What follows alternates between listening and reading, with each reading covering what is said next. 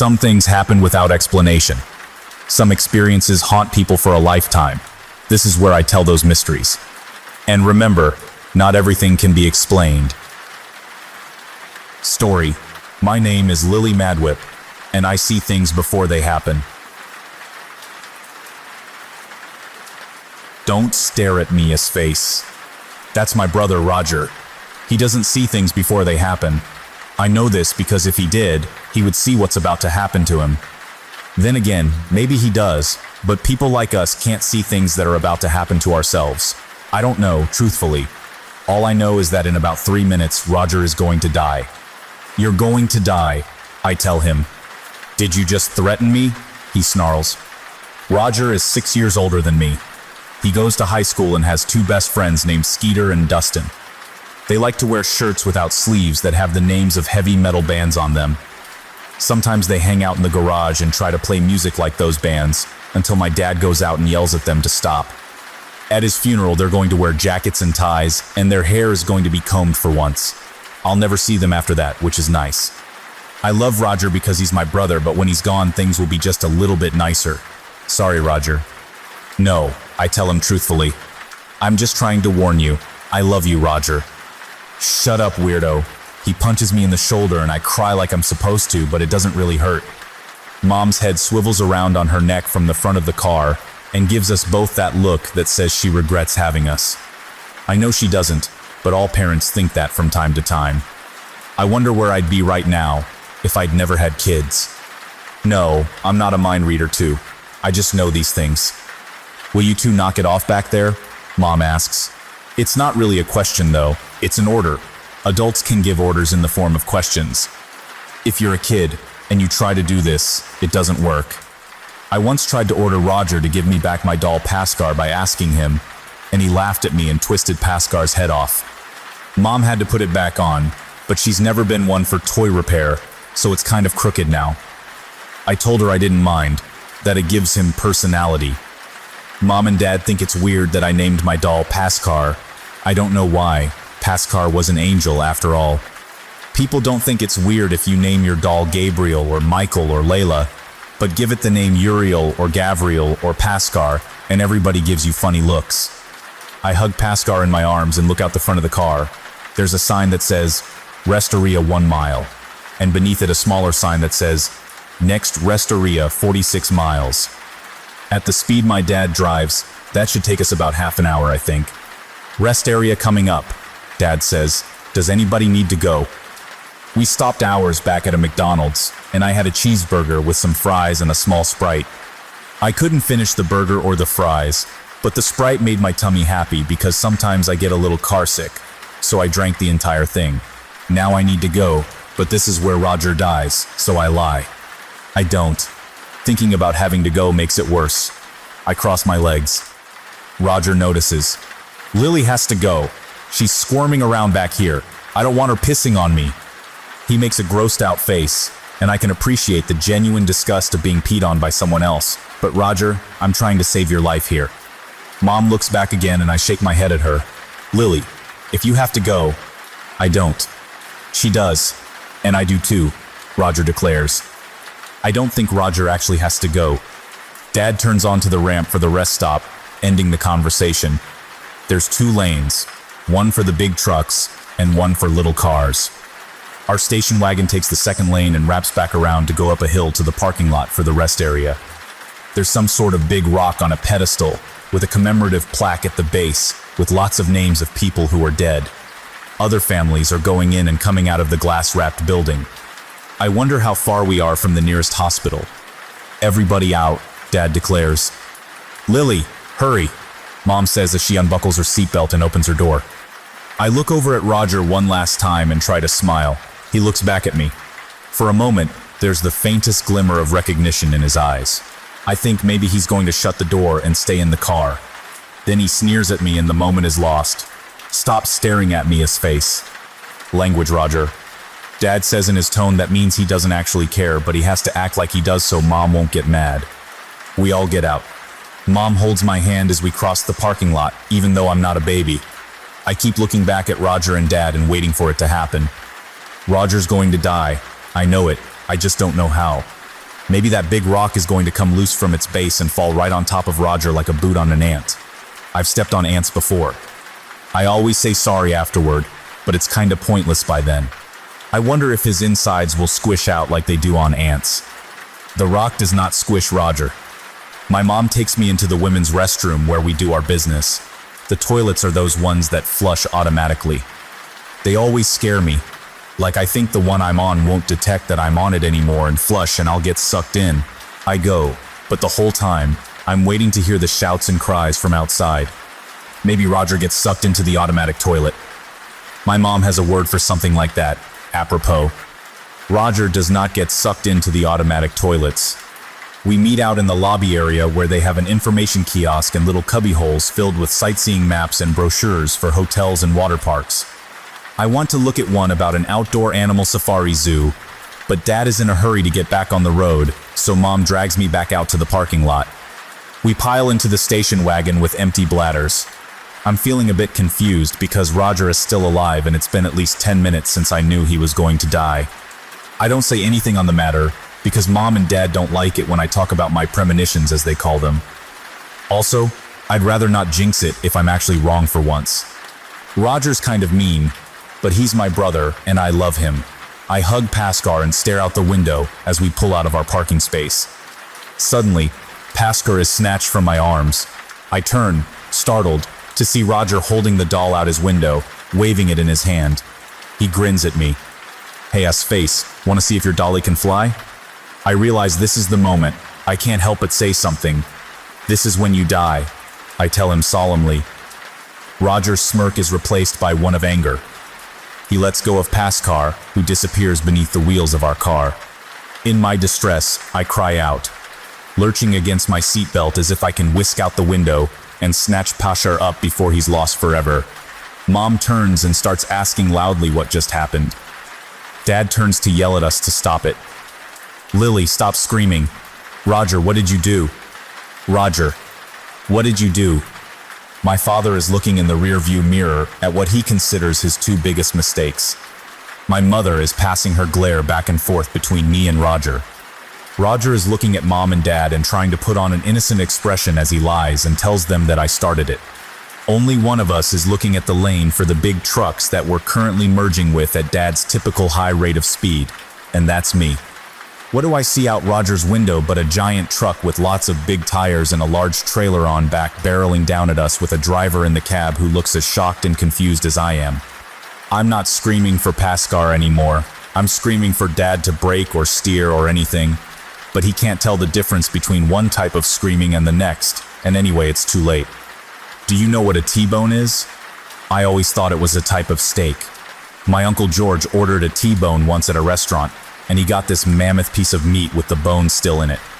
That's why they call it a T-bone, because the bone is there, and it looks like the letter T.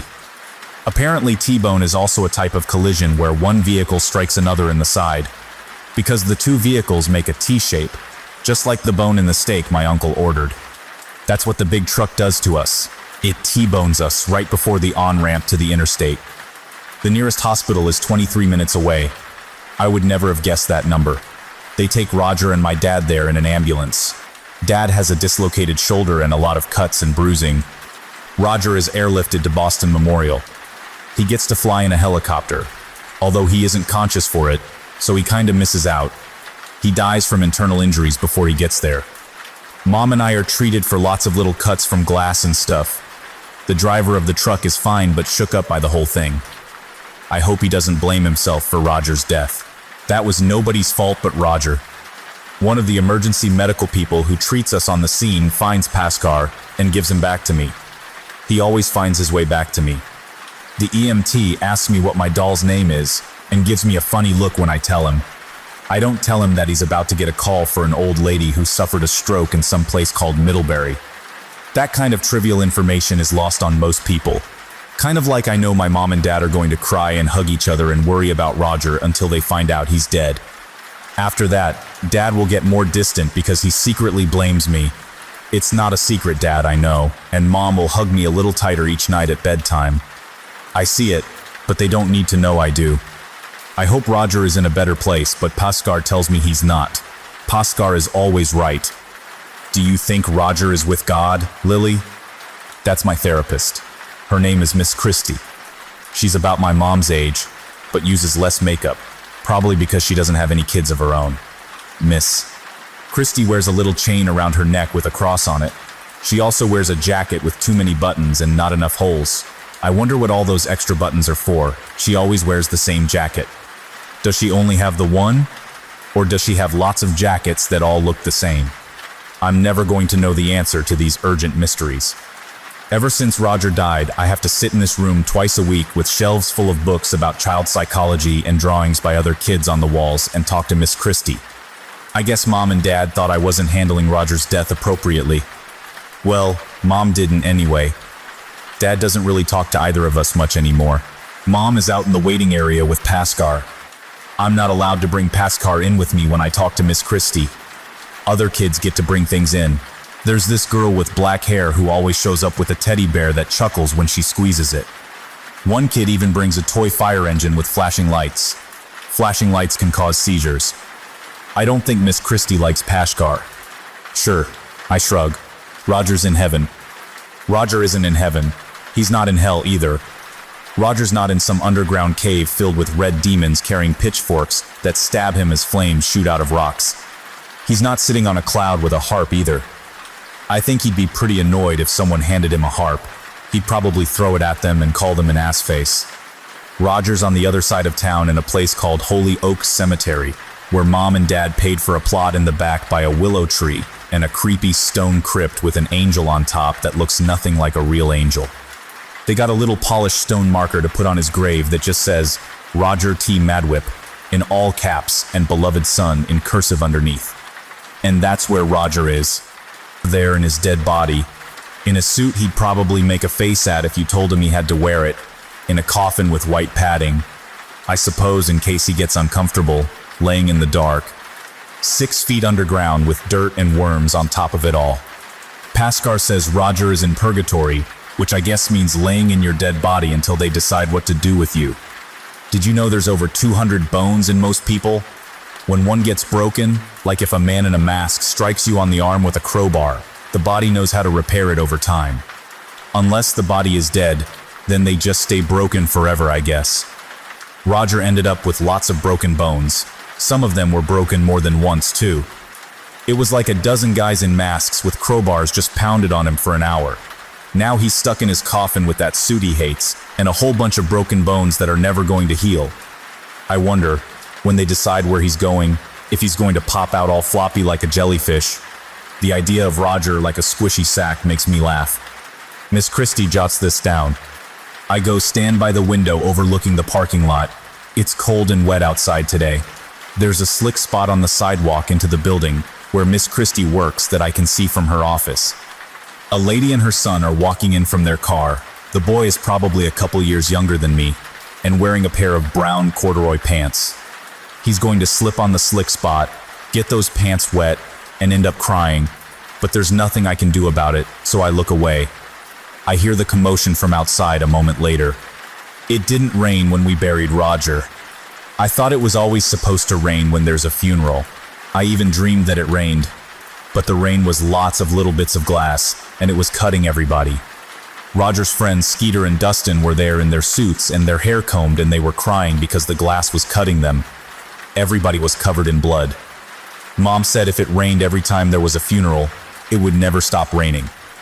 That sounds like there are a lot of funerals going on. Do you miss him? Miss Christie asks. Yeah.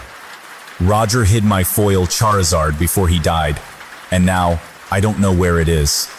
Uncle George gave it to me for my birthday when I turned 5 because he was getting rid of my cousin Susie's old collection, and he said if I hung on to it, I could probably use it to pay for college someday. Susie was a year younger than Roger. She died in a boating accident one summer during a family reunion. When people hear boating accident, they think you were in a boat and there was an accident. Like maybe you hit another boat or ended up out of the water. But Susie was in the water and the boat ran her over. So I think it was more of a swimming accident that happened to involve a boat.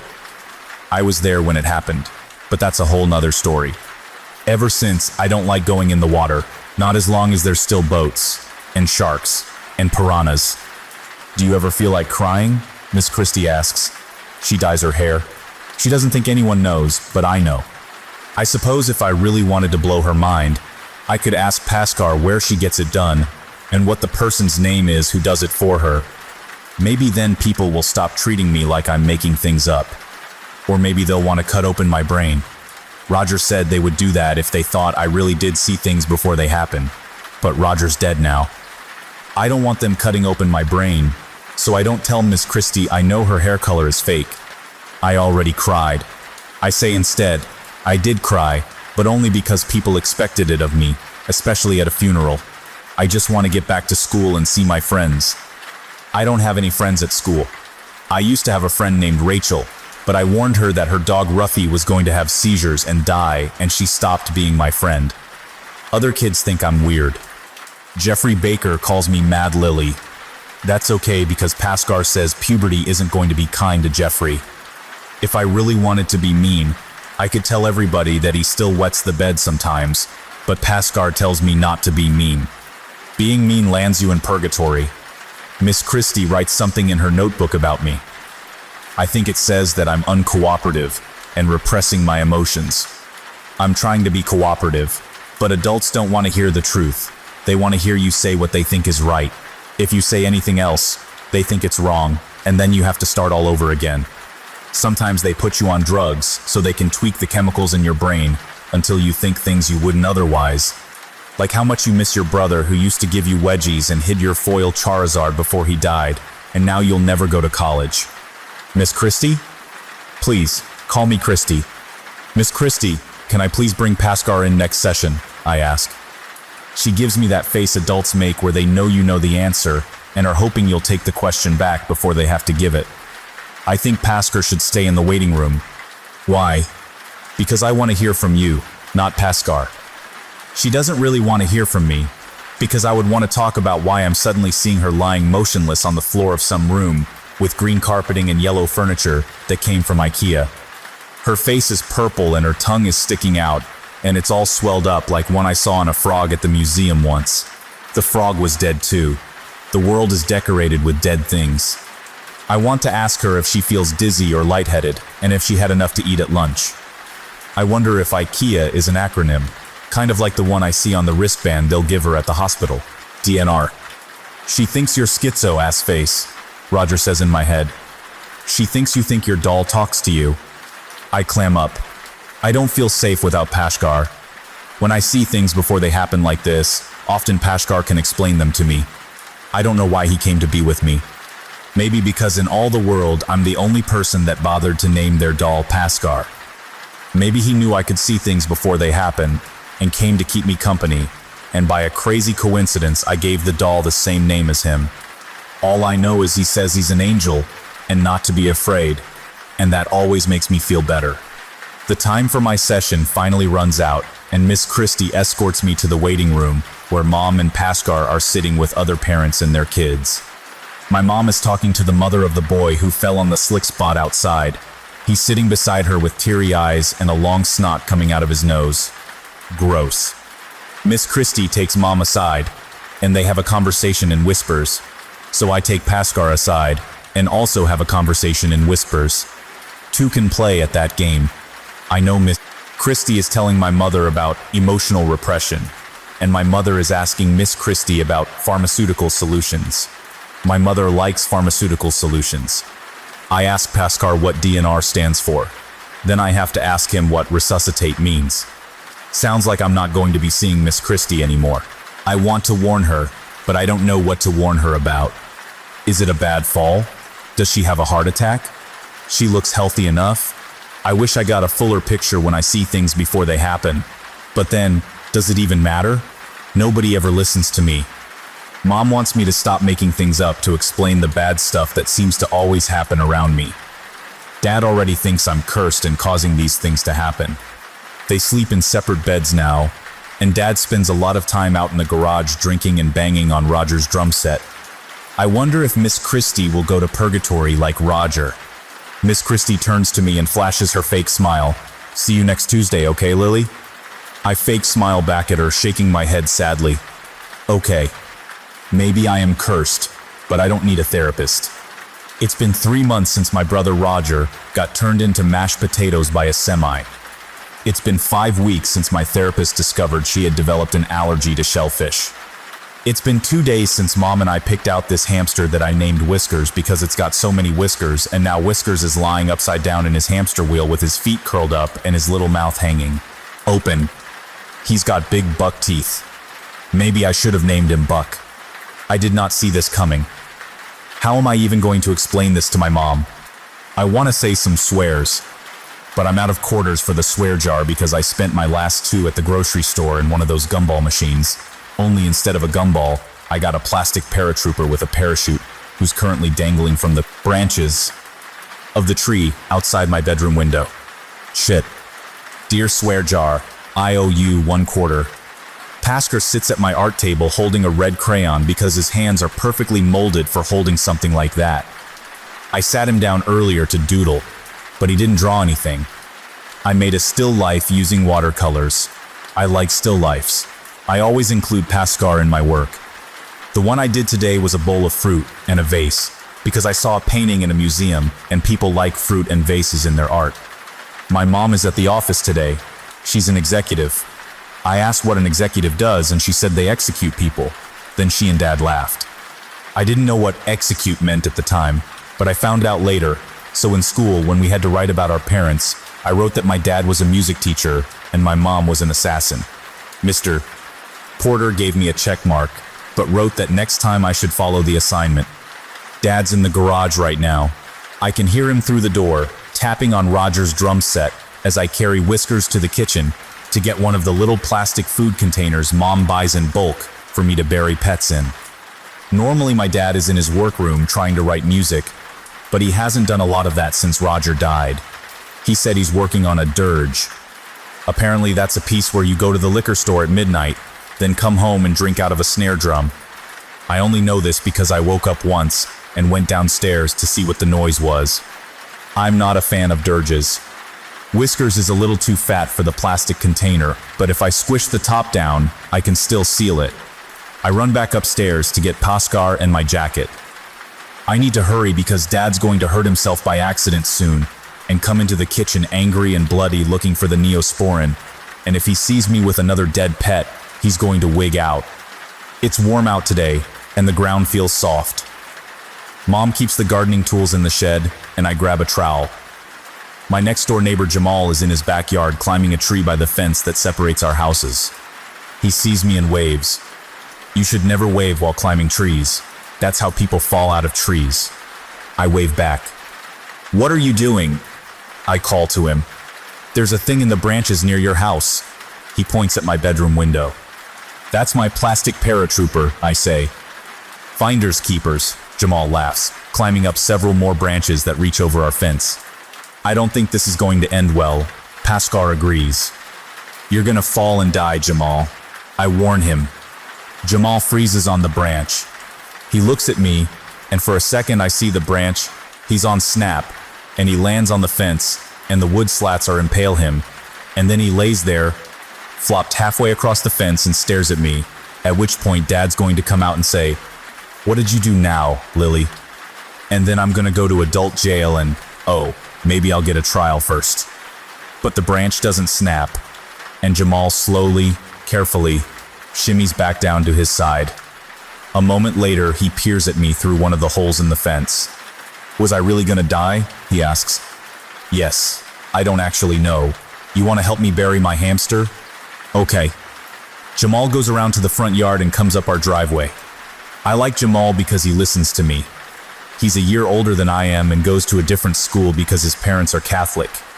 He always has to wear a tie to school. Roger's head would have exploded if he'd had to wear a tie every day. What happened to Whiskers?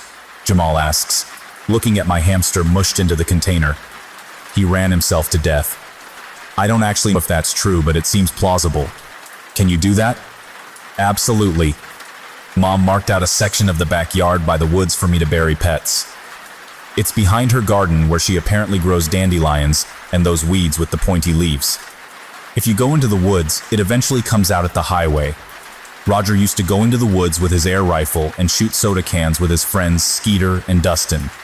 They tried to take Paskar once and were going to use him for target practice, but I grabbed him back and hid under the front porch until they gave up. There's a lot of spiders under the front porch. I don't like going under the front porch anymore. Jamal holds Paskar and Whisker's plastic coffin while I start digging a hole between Raphael, my ninja turtle, and the goldfish I never named. Raphael got stuck on his back with his head underwater and drowned. I didn't even think turtles could drown. The goldfish I never named got some sort of disease called ick and fell apart, and then the parts got sucked up into the filter, so all that we buried was its head. Every pet has a story, but it would take too long to tell them all. I'm tired of digging, so Jamal takes over. He's much better at digging than me, but that's because he helps his dad shovel snow in the winter. My dad uses a snowblower. He always offers to use it on Jamal's family's driveway, but Jamal's dad always says the shoveling is good for them. It definitely pays off when you've got a hamster to bury. Once the hole is dug, not too deep, we put Whisker's coffin in, and Jamal offers to say a prayer. That's okay, he was just a hamster. I tell Jamal, animals have souls too. Jamal says, so do plants. I wonder if Whisker's soul is still in his body. Is he in purgatory like Roger? I also wonder if this means Jamal says a prayer before eating broccoli. I fill the hole in with the dirt we dug and pat it down. I'll need a couple popsicle sticks to make a marker, so I offer Jamal a popsicle. Hey Lily, look. Jamal points into the woods. There's a bunny rabbit watching us. It's gray and almost matches the color of the tree it's leaning against. Oh, it's not leaning. Oh. Is it dead? Jamal whispers. Of course it is. Paskar tells me not to go in the woods, but Jamal is going into the woods now, and Jamal is the only person that's nice to me, so I follow him. He stops at the bunny and nudges it with his shoe. Oh hey, Jamal got new shoes. They're blue and they got big swoops on them. I didn't even notice before. The bunny crumples over. It looks like a pile of fur now. Jamal kneels down to see if it's wounded or something, and I notice a couple black birds in the brush beside us. They're also dead. I don't see any blood on it, says Detective Jamal. I use my boot to brush some leaves over the dead birds. What the heck? Jamal is standing up again, and he's staring further into the trees. Lily, go home, Paskar tells me. But I don't go home. I'm sorry, Paskar. Jamal steps past the bunny and crunches through the shrubs and sticks until he comes to a big pair of branches lying on the forest floor. Except they aren't branches. Jesus. It's a deer. One of the male ones like Bambi with big antlers. Its eyes are gone and you can see into its head. But it's dark in there, and so you really can't see anything but its eyes are just a pair of holes now. Its fur looks like it got run through a washing machine. It's all matted and slick. The whole thing is just laying there in the bushes with its head on sideways and its antlers sticking up, waiting for someone to trip and fall on them. What the heck's going on? Jamal's eyes are bugged out and he's visibly shaking. I wonder if it's possible for someone's eyes to literally pop out and then hang down their face like they do in cartoons. Later, I might draw a still life and put Jamal in the background with his eyes popped out just to see what it would look like. I look around us. The ground is littered with dead birds. I'm standing on one, but I thought it was just squishy ground. I feel bad using the word litter, because that sounds like the birds are just trash and they're not, except for chickens. I don't like chickens. Even if I was Catholic, I wouldn't say a prayer before eating chicken. Broccoli maybe, but that still seems weird. There's other animals too, small ones mostly. The deer is the largest one we found, but we also found a couple raccoons and someone's cat with orange stripes. I think it belonged to the Millers down the street, and a bunch of squirrels. Like a lot of squirrels. At first I thought maybe we could bury the animals, but then when I started counting the squirrels I thought, number. There were little moles too, or voles. I don't know the difference, but I know there's moles and then there's voles, and they're related somehow like me and Roger to our cousin Susie who got run over by a boat. I'm getting out of here, Jamal says with his eyes still bugging out, and he runs back to the backyard and down the driveway and into his house, yelling, Mom, Mom, the whole way. I take a moment to count the animals until I get to the squirrels, and then I just give up and go back home. I guess we're not doing popsicles. Jamal's mom comes over later and talks to my dad. I like Jamal's mom. She always smells like coconuts. It's her shampoo. I don't tell her that Jamal's going to have nightmares tonight and wake her up screaming because telling her that's not going to change it, and she might think it's rude of me to say. Paskar suggests I go to my room and draw that still life I was thinking about while the adults talk, so I do. I see my dad go into the woods with Jamal's mom from my bedroom window, and then they come out, and she's actually pretty calm, but my dad is hysterical. I don't mean that he's funny. I mean that he's wigging out. Dear Swear Jar, I owe you 2 quarters. When Dad comes inside, he calls Mom at work, and he's using his outside voice. I hear him say angry things about me and my curse. Paskar tells me not to worry, and that it's not me. Paskar is always right, isn't he? He put Brussels sprouts on my plate. I know for a fact that Brussels sprouts are poison. Paskar says they're not, but they sure taste like it. I think. I never ate real poison, obviously. My brother Roger once knew a kid who drank so much cinnamon that he had to go to the hospital because it was eating away the inside of his tummy. That's what it feels like when I eat Brussels sprouts, like they're eating away at my insides. Eat your breakfast, please, Lily. My mom tells me. They're both trying to kill me. Brussels sprouts aren't even a breakfast. What kind of parents make their child eat Brussels sprouts for breakfast? I ask them this question. What kind of parents make their child eat Brussels sprouts for breakfast? You were told last night if you didn't eat them with your dinner, you were getting them cold in the morning, Dad says from behind his newspaper. Oh yeah, Brussels sprouts taste like garbage. I haven't eaten garbage either, but I've smelled it, and it smells like Brussels sprouts. Lillian Alexandra Madwhip. Adults use your middle name when they're trying to make you do things. And somehow it works. Middle names are magic. Anyone who knows yours has power over you. That's probably why some people don't have middle names. The most important people don't even have last names, like Madonna and Jesus and Garfield. Whenever they catch a killer, they tell everyone the person's middle name, so if they escape, anyone who sees them knows how to protect themselves. Dad throws down his newspaper and storms off to his workroom with his coffee. He and Mom had a big fight after Jamal and I found all the dead animals out in the woods the other day. I heard them from my room where I was painting a still life. Dad said things and people around me keep dying and stuff about me being creepy, and Mom said I'm his daughter, so if I'm creepy I get it from him. Then she got on her phone and called people who came and collected all the dead animals in big garbage bags. There was a whole crew, like 6 people. They had these huge, thick gloves on and wore masks like you see doctors wear when they're operating on someone. One lady had a clipboard and she wrote down every animal they found. There were 23.5 squirrels. Things got worse when Mom came to tuck me into bed because I'd forgotten to tell her that Whiskers had died. All the yelling and banging of doors in the van parked on the front lawn in garbage bags. I didn't remember what started it all until she kissed me goodnight and saw his empty cage. Then everything started right back up again. Except for the van and the people with the garbage bags. I sure hope they don't come back and dig up all my pets. I take the bus to school. Our bus driver's name is Ed. He's been driving buses for 34 years, but not the same bus because buses grow old too. He says his son was in the army, but now he works as a layabout. I think that means he's in the circus. I bet he got a job as the guy who shoots trapeze people out of a cannon because he was in the army. At morning recess, I sit on one of the benches by the baseball diamond and watch a bunch of 6th graders play kickball. Jamal is playing with them. His school is down the street, and he and a couple other Catholic kids hang out and play with us most mornings because their school starts 15 minutes later. He looks happy for someone who still has nightmares about dead deer and birds banging and screaming at his bedroom window. He's going to kick the ball straight at Tyler O'Neill, and it's going to hit Tyler right in the crotch. I'm amused because I get to see it happen twice. Paskar is in my backpack. He tells me I shouldn't laugh at other people's pain, but when Tyler gets hit in the crotch, Paskar agrees that it's a little funny. There's a new girl in our class. Her name is Meredith. Mrs. CD, that's our teacher, has her stand up in front of class and introduces her. CD stands for Carter Dogbill. She's got 2 last names. That probably makes it harder for other people to have power over her, unless she's got no middle name. Mrs. CD used to just be Miss Carter, and then she married someone with the last name Dogbill and just nailed his last name onto the end of hers. Meredith just moved to town.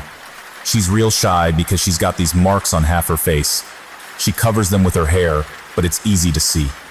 Jeffrey Baker asks her what happened to her face and gets in trouble. Trouble in our class is these demerit slips you get for doing something wrong. 3 demerit slips in a week, and you get to go talk to the principal, Mr. Longbow. He yells a lot, and his face is always red from yelling. Meredith's face is red too. Pashkar says she got burned.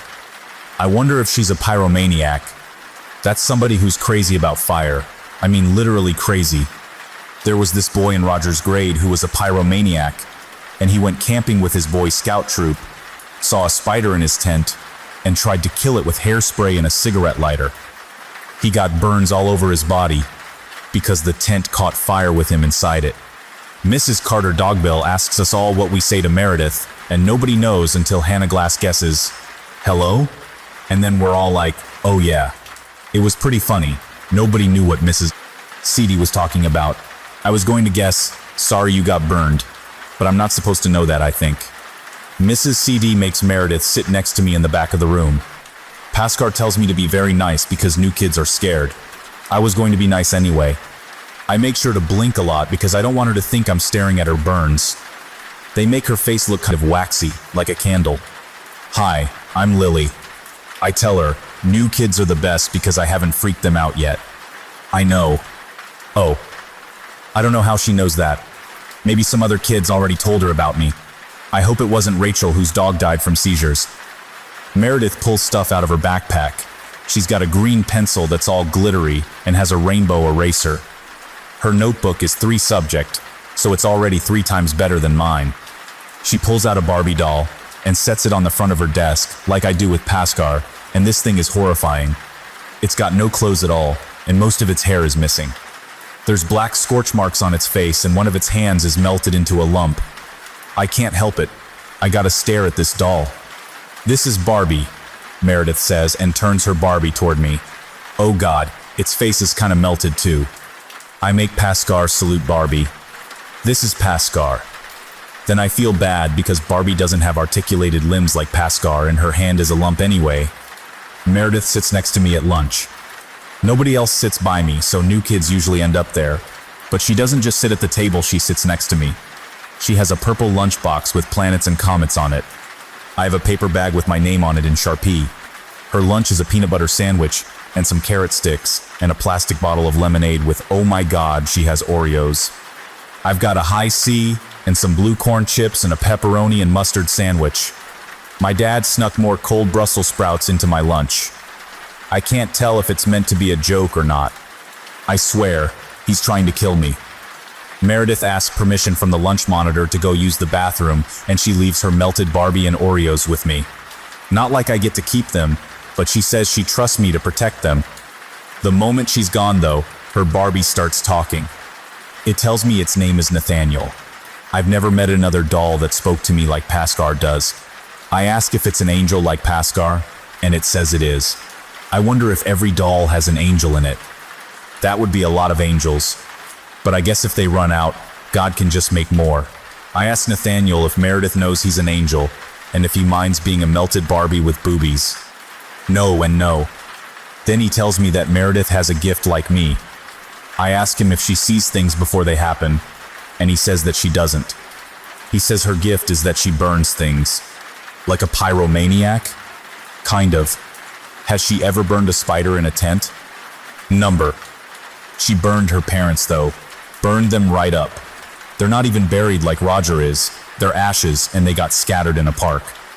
He says Meredith lives with a foster family now, and they don't know that she burns things.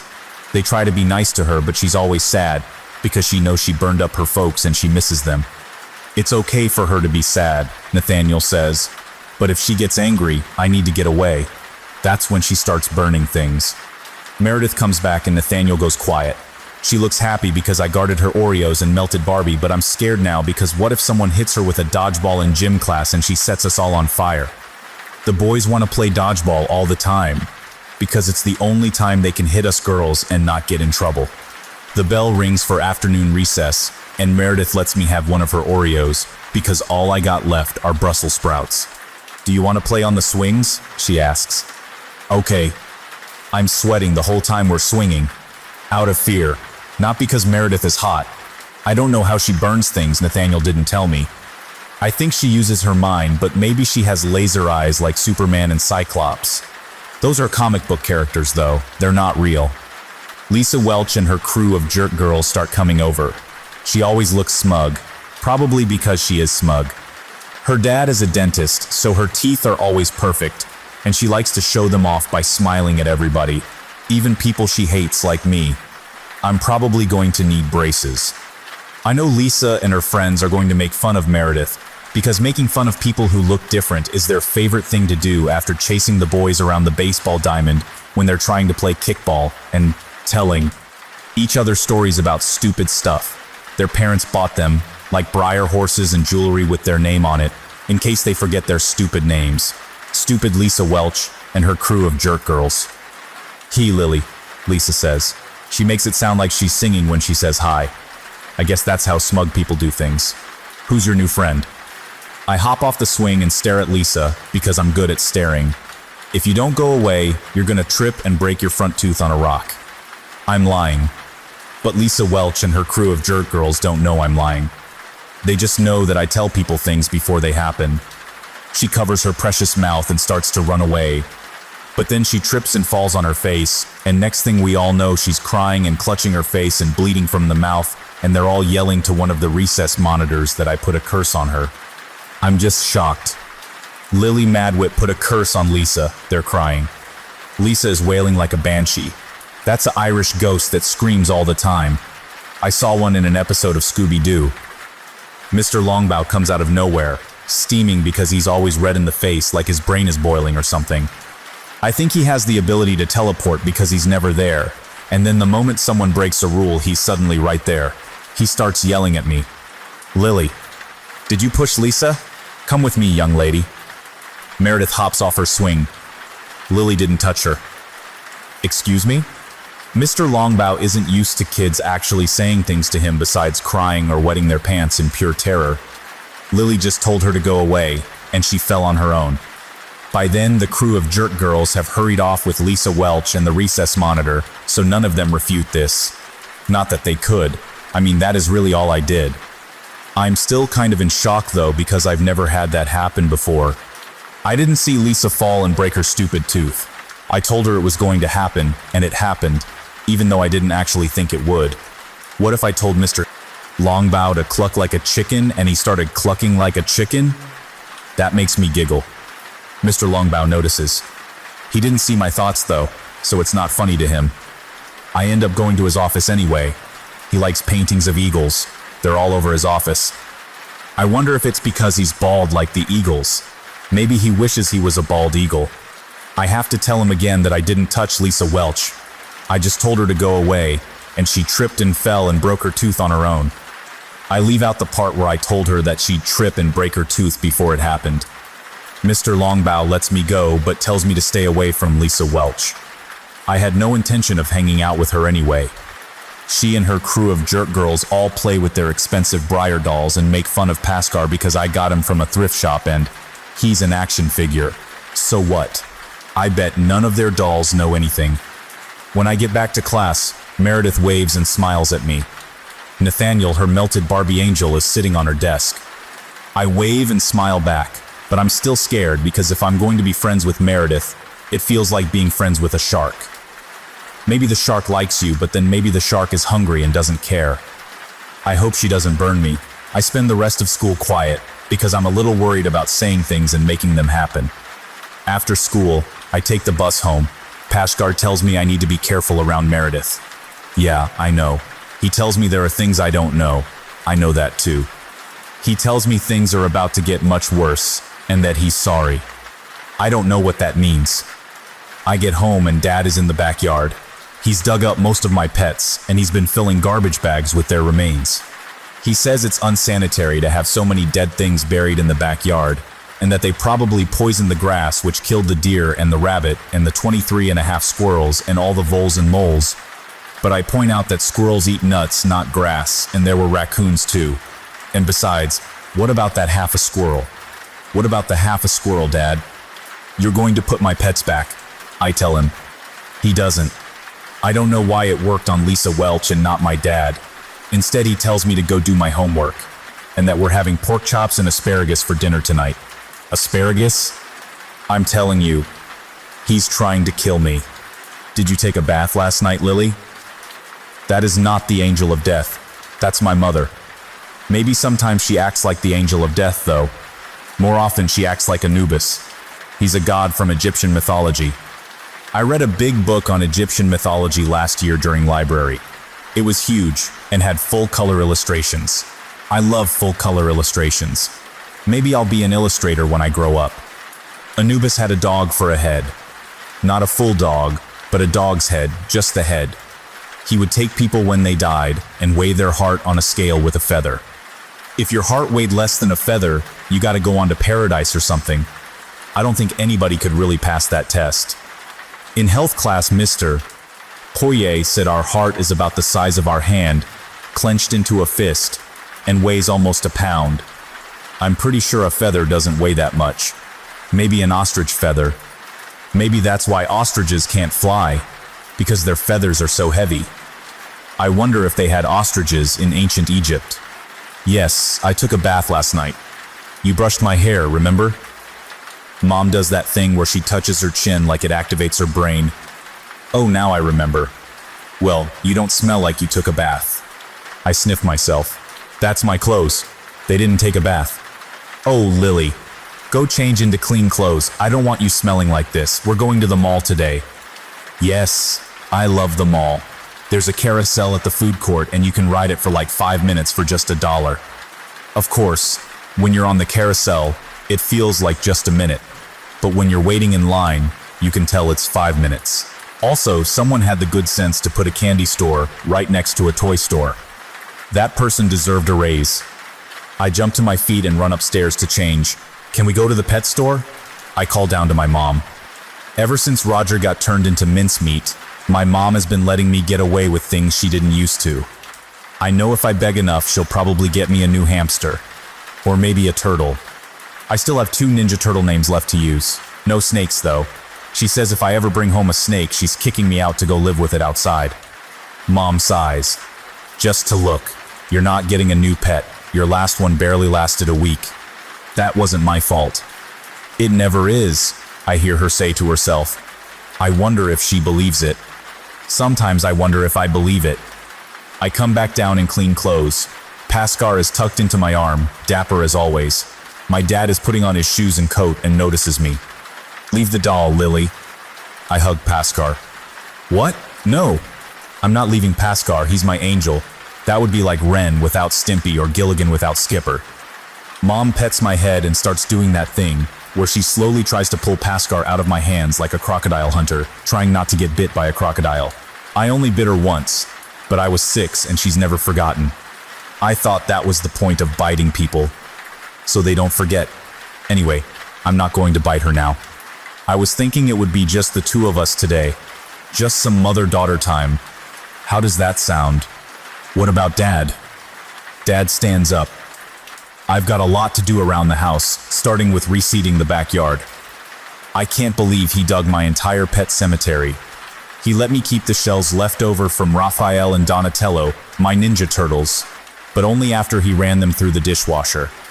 I put them on my dresser in their honor, along with a stick I broke to look like a bow staff for Donatello. I couldn't find sticks that looked like Raphael's size. Size are like little pitchforks, so they can share the bow staff. I don't want to leave Pascal, but both Mom and Dad are against taking him. They've got that look parents get where one is ready to tag the other in if I start to throw a fuss. Okay, I mutter, but let me talk to him first. I know they're both looking at each other like I'm crazy, but I don't care. Pascal tells me it'll be okay. I set him at my spot on the dining table facing the door so he'll know the second I'm home. Of course, he always knows anyway. That's what Pascal does. He knows everything. Mom says the mall is 20 minutes away. Without Pascal to talk to, it feels like an hour.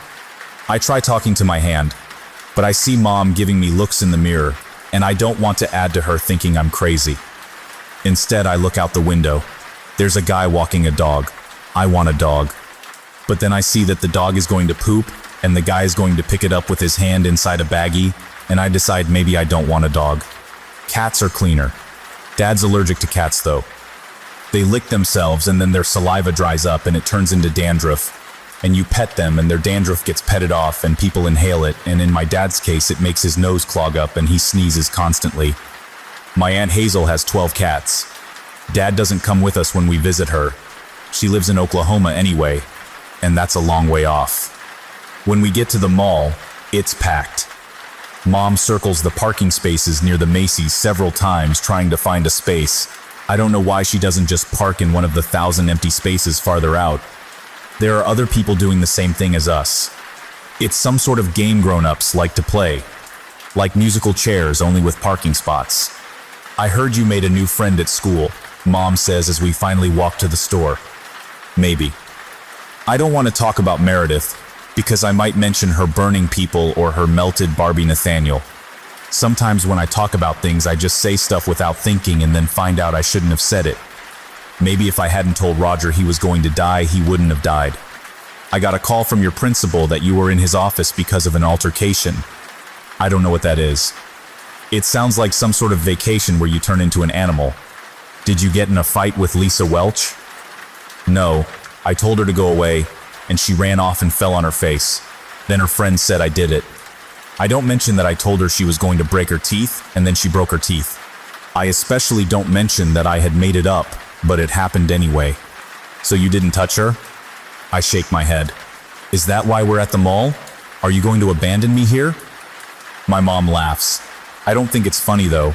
Some parents do that to their kids. They take them somewhere far off and just drop them off and then go home. I saw a cartoon once where someone did that to their dog.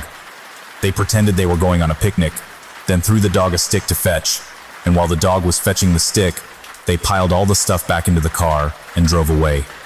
I wanted to find some new clothes for you, that's all. You're growing out of the ones you have. That's not true. I don't think I'm growing at all. We have a chart on the inside of the kitchen doorway where Mom and Dad used to have Roger and me stand up straight, and they made a mark with a pencil and then wrote our name and age to show our height. I don't think mine has moved an inch in over a year. Roger's last measurement was back in August. Sometimes Dad stands there and stares at it and gets real sad, then goes and works on a dirge. We walk by the food court. There's like 100 kids waiting to ride the carousel. I hope they clear out by the time we come back, because I like to get on and ride and then run back in line and get on the next time over and over until Mom makes me stop. The longest I pulled it off was a half an hour. I only had $5, but the girl who was working the carousel told me that I was such a good customer that I got my next ride for free as long as it was my last. Oh shoot, I didn't loot my piggy bank before we left. I forgot my money, I tell Mom. Don't worry, honey. I've got cash if you want to ride the merry-go-round later. She is being highly suspicious with her generosity. Normally, if I forget to bring money, I'm SOL, as Mom says. That stands for something bad, but I didn't say the S word, so it doesn't count. I'm still not allowed to say SOL though, at least to other people. There's a lady with 4 little kids hanging onto her dress and she's carrying a tray of food. She's going to trip over one of the kids and spill all the stuff on her tray that she just paid for. Like any second now. Oh God, maybe I should help her. But what if I run over and startle her and she trips and spills the stuff anyway? Then it's my fault instead of her kid's fault. I don't want to get in trouble. Nobody's going to get seriously hurt. It's just going to be loud and there's going to be yelling and crying. Sometimes I wish I couldn't see things before they happen. Let's hurry. I grab Mom's sleeve and try to pull her past the food court to get away before it goes down. What on earth is your hurry? She asks. Then the lady trips behind us, and Mom turns to look at the commotion as the tray bangs on the floor and a soda spills on her kid's head. And he starts crying, and she shrieks in panic, and everyone's stopping and looking except me, because I already saw it happen. I think Mom pieces together a bit that my rush had something to do with the lady spilling her food, but she comes to the wrong conclusion. Lily, did you make that happen? She looks at me and she's got kind of a mix of fear and concern in her eyes. Not anger, thank goodness. No, what do you mean? She goes back to convincing herself that things are normal. Never mind, I just thought, nothing. The sound of the lady yelling and her kids crying seems to fade away. But it's not like a, we're walking away kind of thing. It's more like someone twisted the knob on a radio and turned down the sound kind of deal. I look back over my shoulder, and I can see her grabbing a handful of napkins and trying to wipe her son off, and there's the son with his mouth open bawling. But the entire scene looks like I'm watching it on television, and someone pressed the mute button. It's not just me either. Other people are looking around, kinda confused. I see a guy on his cell phone and his lips are moving, but then he holds the phone up to look at it like it burned him, and he adjusts his necktie and seems to cough, but there's no sound. So he starts talking really loud, and it maybe sounds like a muffled shout. Where did the sound go? I look up at my mom, who doesn't seem to notice, and I call her name. Mom? But nothing comes out. My voice is gone.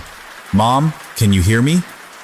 She turns to look at me, and I think for a moment she did hear me, but she flashes me a smile and then looks away. Maybe I'm going deaf? Why can't I hear anything? After we pass a kiosk selling phone cases, the sound comes back. It feels like being trapped in a soundproof box and then kicking the lid off and finding yourself in a dinner party. Mom stops, still holding my hand, and looks at me. That was weird. Did it just get louder? She says. I nod. I couldn't talk. She ignores what I said. How strange. She's going to come up with some explanation for what just happened. I know it. She always does. Sometimes I think I could melt the car with my brain, and she'd tell me it must have been sunspots or something. I can't actually melt the car with my brain. I can't even pop popcorn. Maybe when we go back to the food court, I can have some popcorn. Only now I kinda don't want to go back to the food court. There's something strange going on there. Puppies! I see the pet store. They keep all the puppies and kittens in glass boxes right out front so people can look at them. You're not supposed to actually buy from those kinds of stores because someone said they get their puppies from puppy mills. I thought mills were used to grind up grain. I read that in a book. Wouldn't a puppy mill grind up puppies? Poor puppies. Maybe these were rescued from being ground up. I don't know what people would use puppy powder for, but some countries grind all different parts of animals up for medicine.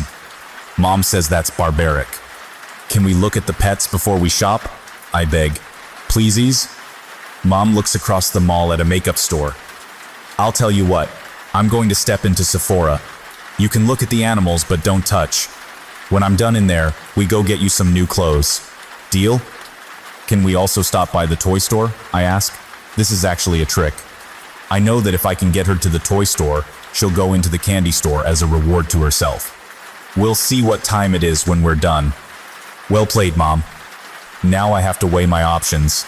Do I go look at the kitties first, because they're so cute?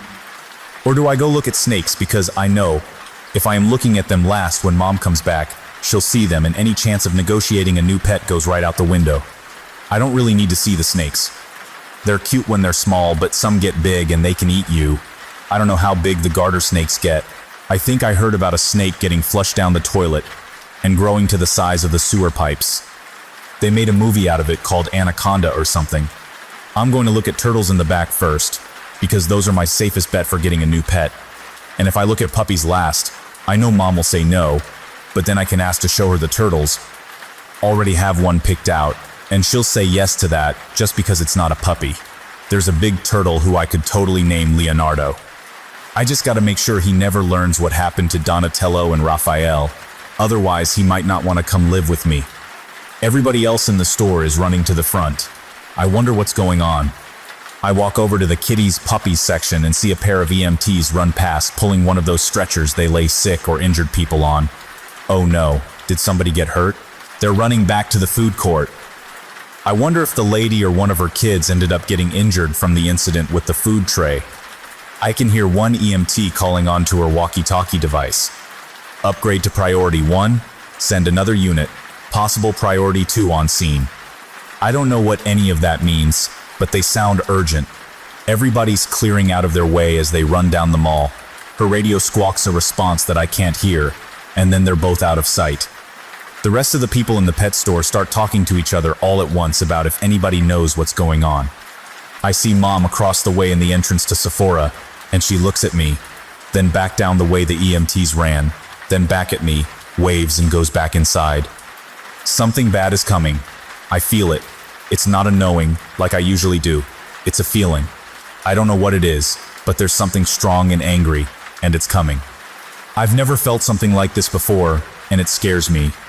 I back into the pet store, bumping into a shelf full of bags of dog treats. Now I have to pick them all up because I always pick up after myself. Stupid dog treats. Oh right, something bad is coming, I almost forgot. Now I see it.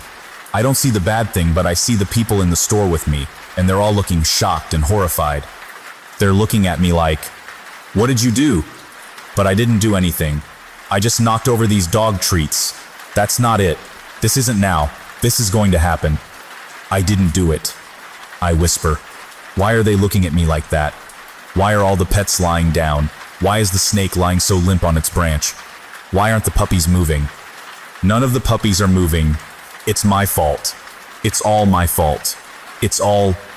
The mall thoroughfare is dark. I don't think anybody else can see it. It's not like the lights went out.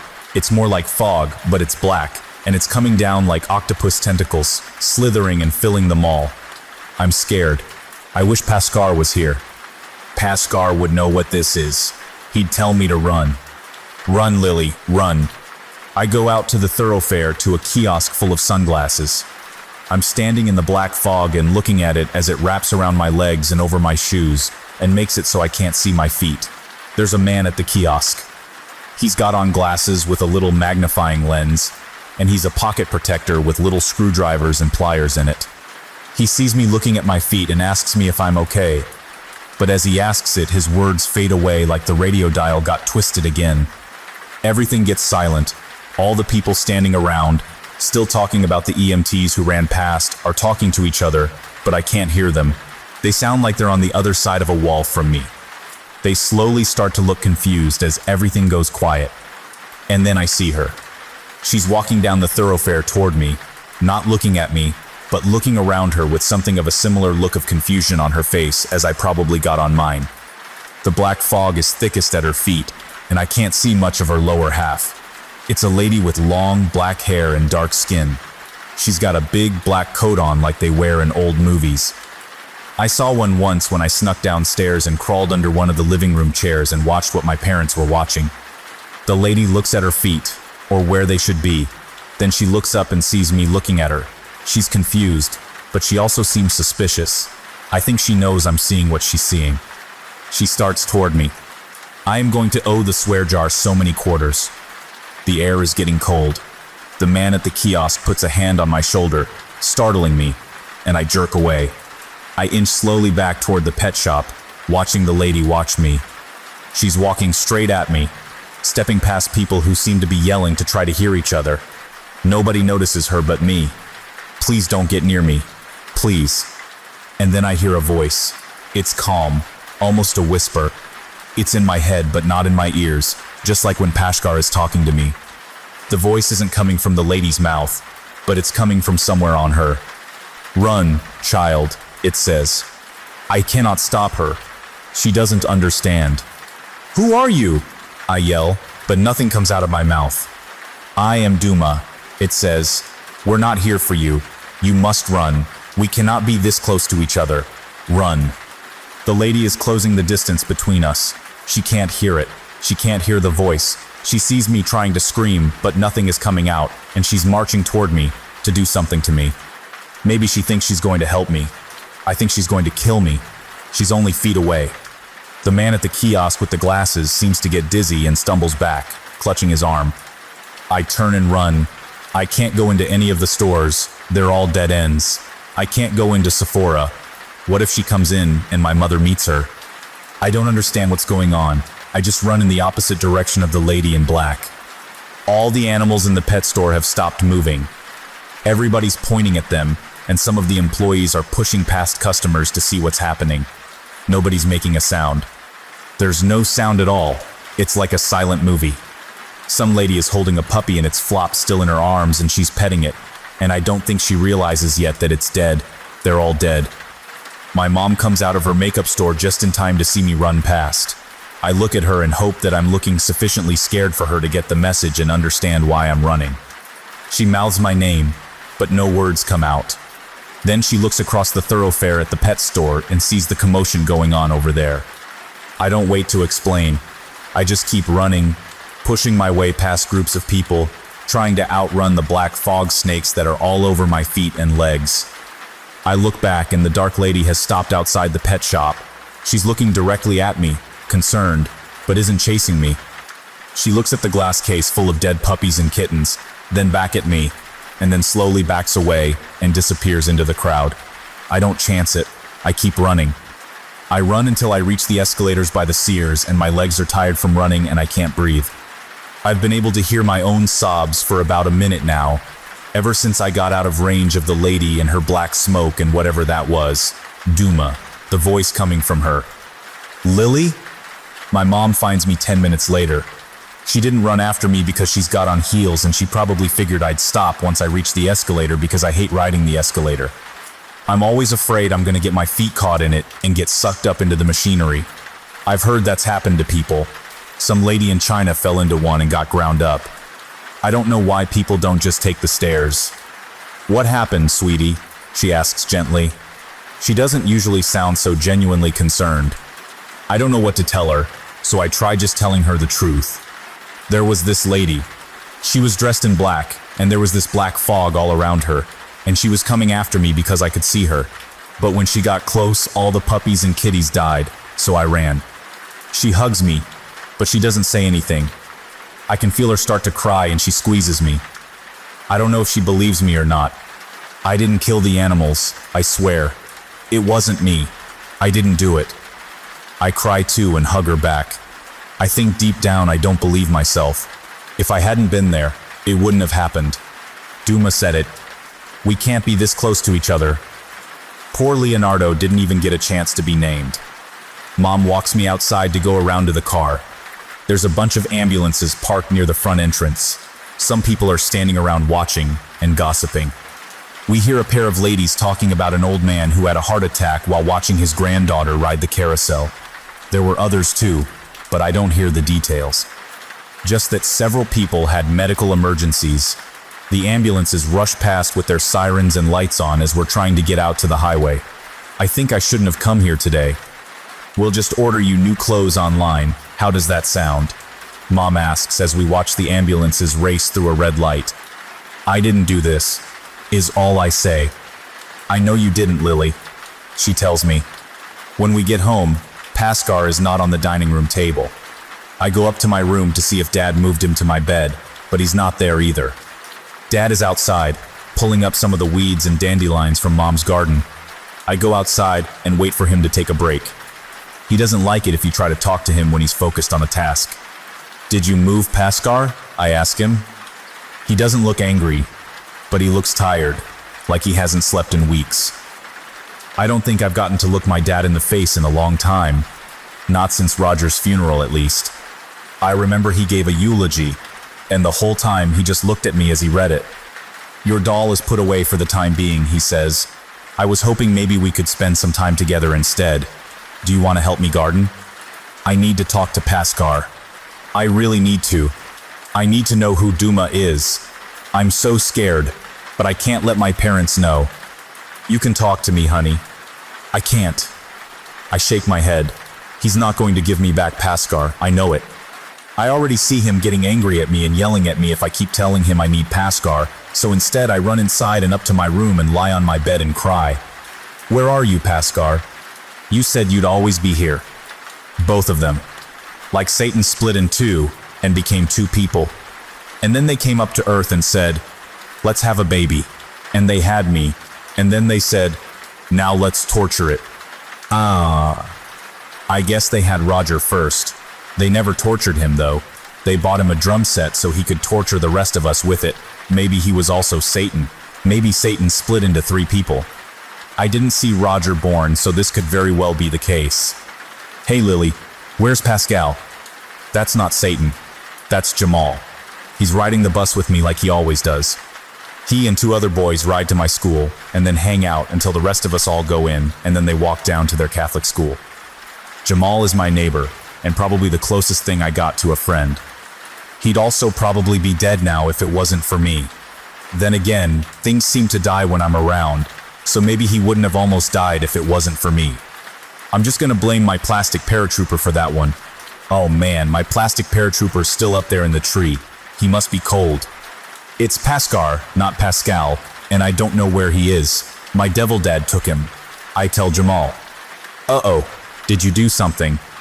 That's a big question. Did I do something? I got my brother Roger killed 3 months ago. Then I let my therapist die to a food allergy. You, Jamal, you still have nightmares about all the dead animals we found in the forest thanks to me. I made Lisa Welch break her teeth on the playground, but you don't know Lisa Welch. You're so lucky you don't know Lisa Welch and her crew of jerk girls. Can I start going to Catholic school, I wonder? I believe in angels and God and definitely the devil now. Stupid devil parents. Number. Then there was the entire pet store at the mall. That was like a plague of biblical proportions. Proportions means size.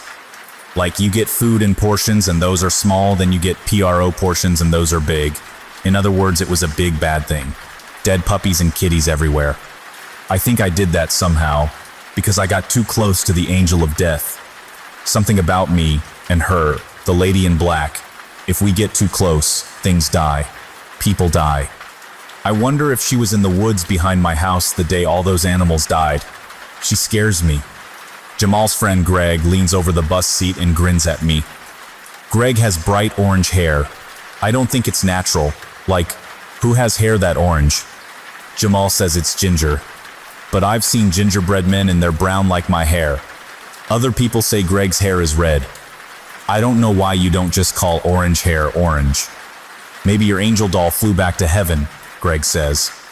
You'll never know, I mutter. If either of us isn't getting into heaven, it's the girl who kills everybody. Greg takes heaven and hell very seriously. Jamal shoves Greg away. So you can't see the future without Pascal, right? Paskar, and yes I can. Greg pops up again. Then what's going to happen to me, Lily? Nothing. Nothing's going to happen to Greg. Stupid Greg, and his stupid orange not orange hair. I don't have anything against people with orange hair, but Greg is the only one I know, and he's stupid. You're going to die sad and alone. Greg doesn't like that answer. I don't even know if it's true. I can't see that far into the future. Paskar would know. He knows things like that. Paskar knows everything. And he always comes back to me. He's always come back before, at least. I spent all yesterday looking for him. I called for him, but he didn't respond. I can usually hear him regardless of whether he's in like a box or a drawer or under my Wonder Woman blankets. I hear Pasher in my head, not my ears. When I couldn't find him, I begged my mom to let me have him back. I promised that I'd talk to her and Dad. I promised that I wouldn't keep any secrets. She hugged me and kissed me on the head and said, Lily Bean, listen. Nothing good ever comes after being told to listen. If parents have good things to say, they know you're listening. If they got bad things to say, they want to be sure you're listening. I managed to get you scheduled for an emergency MRI at the hospital the day on Tuesday. What's an MRI, Mr. I? It's a scan that lets the doctors see your insides. Why? I thought maybe my insides were turning into jelly from being exposed to the angel of death. Maybe I'm dying and I don't know it. I wonder if jelly is just people's insides. Unless they specify grape jelly, then it's the inside of a grape. My mom petted me. She thinks that's comforting, but I haven't been comforted from head pets since 2nd grade. And then it was only because I was pretending to be the family pet. We just want to make sure everything's okay. But what does that have to do with Paskar? I asked. If you behave and nothing happens, we'll see about returning Paskar after the MRI, okay? It was not okay. And now I'm sitting on the bus with stupid Greg the bozo clown and going to have to deal with Meredith wanting to sit near me at school without Paskar to talk to. Sure enough, I get to school and see Meredith standing over by the swings, watching for me. So I go sit by the baseball diamond to watch Jamal play kickball. Nobody's gonna get hit in the crotch today, but I hope that Meredith doesn't spot me. Greg runs by and throws his backpack with the others. He sticks his middle finger up at me and his tongue out. He is not going to heaven. Where's Paskar? Oh shit, it's Meredith. Oh crud, I said the S word. No, it's okay. It was in my head. He's at home. I tell her, inching over a bit on the bench as she sits down. Meredith sets things on fire, at least according to her melted Barbie angel Nathaniel. She's got him sticking up out of her backpack, looking at me with his, her, its melted lump hand, waving at me. Did you hear about what happened at the mall on Saturday? I sigh quietly. Meredith continues. I heard there was a terrorist attack. Like a bunch of people died. She's staring off at the kids trying to play kickball. But if she was looking at me, she'd see, I don't want to talk about this. Hey, Meredith. Yeah? What are your parents like? I already know part of that answer, though. Her parents are dead. Nathaniel told me she burned them right to ashes. I'm not trying to make her angry, but I'm also not really too worried about it right now. I just miss Paskar and want to change the subject. Meredith goes from sitting there watching the game to slouching and looking at her feet. I can tell my question upset her, and I feel bad, but I also feel like I need to know more if I'm going to be safe around her. She wants to be my friend, and that's more than most people want, except Jamal. They died in a fire. Nathaniel remains quiet. I hope that if I upset Meredith in the wrong way, he'll warn me before she sets me on fire like her parents. I'm sorry. I put a hand on her shoulder. My mom always does that when she sits by me and I'm sad. Maybe I should pet her, but then I don't like that, and people might see us, so it might be weird. Do they know what caused the fire? I don't. Oh no, she's crying. I'm supposed to hug her, right? Tears on the playground are a sign of weakness. We can't let Lisa Welch's crew of jerk girls see Meredith crying. I hug Meredith. Nathaniel seems to approve. Thanks, Nathaniel. Okay, that conversation taught me nothing. Darn it. I burn things with my hands. Scratch what I just said. You burn things? I repeat. Meredith nods and wipes her eyes. The side of her face she hides under her hair is still all red and waxy looking, but she can't help that. She's blubbering a bit, which is like crying, and not like whale fat, because whale fat's not an action word. My hands get real hot, and whatever I touch gets burned. It never burns me. The fire I make, it doesn't burn me. Usually I have to touch things with my hands to burn them. But one time fire started, and I knew it was me because I was angry, and my hands got hot, but then it just happened, and I wasn't even touching nothing. And then there was the fire. The one that did this. She pointed to her face and held up her melted Barbie. I was asleep when it started, but it must have been me. I'm the one that causes fires. I thought you said your fires don't burn you. I don't. I don't know. This one did. I have a gift too. Please don't wig out on me, I think. Meredith looks at me. Her eye on the burned side of her face looks kind of milky. I wonder if she can see out of it.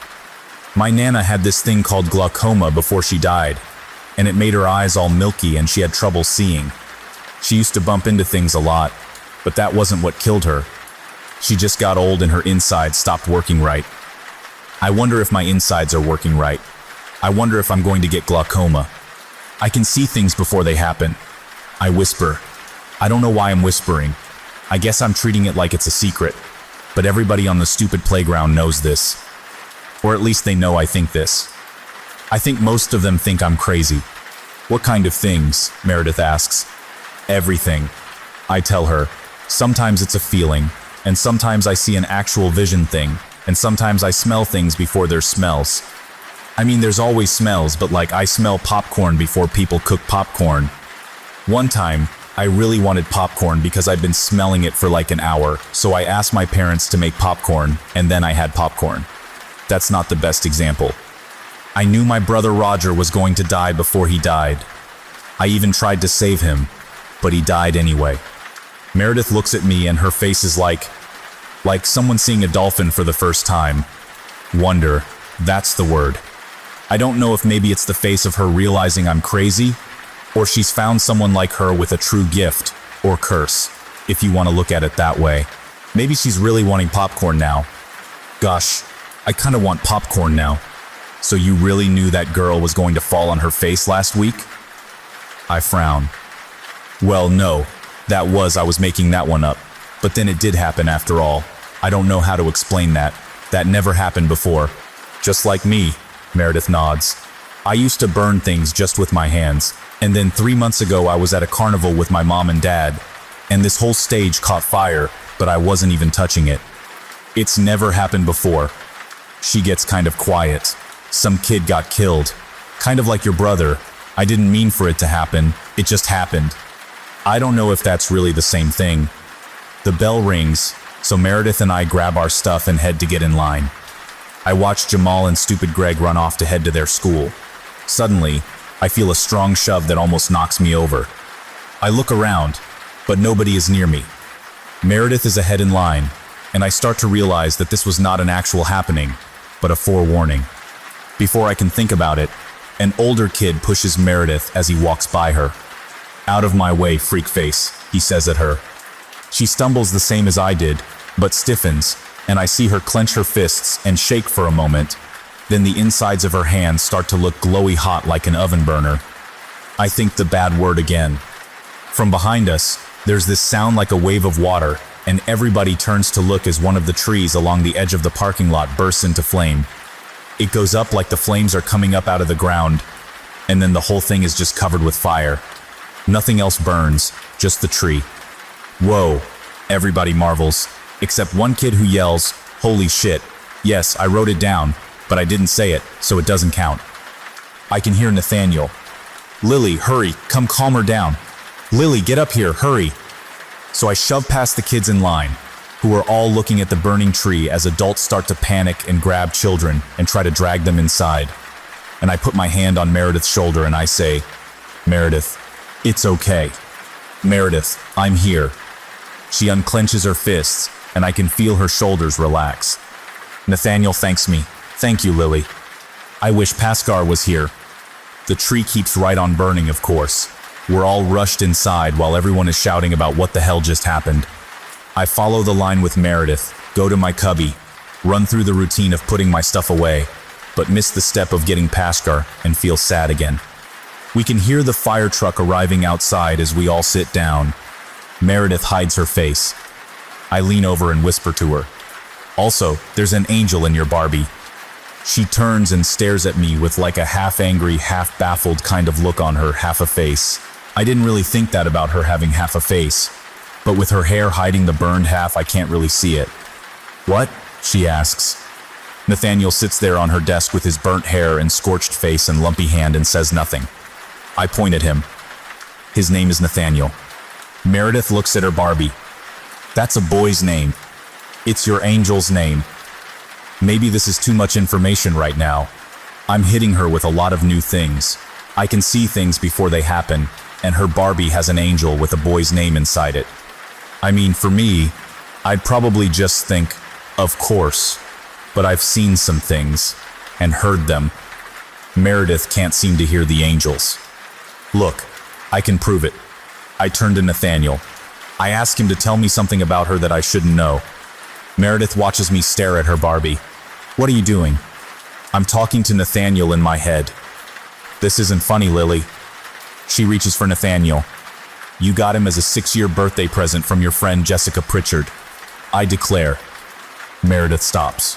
She looks at me with her shocked face again. I'm starting to get used to her making the shocked face at me. I kind of forget what her happy smiley face looks like.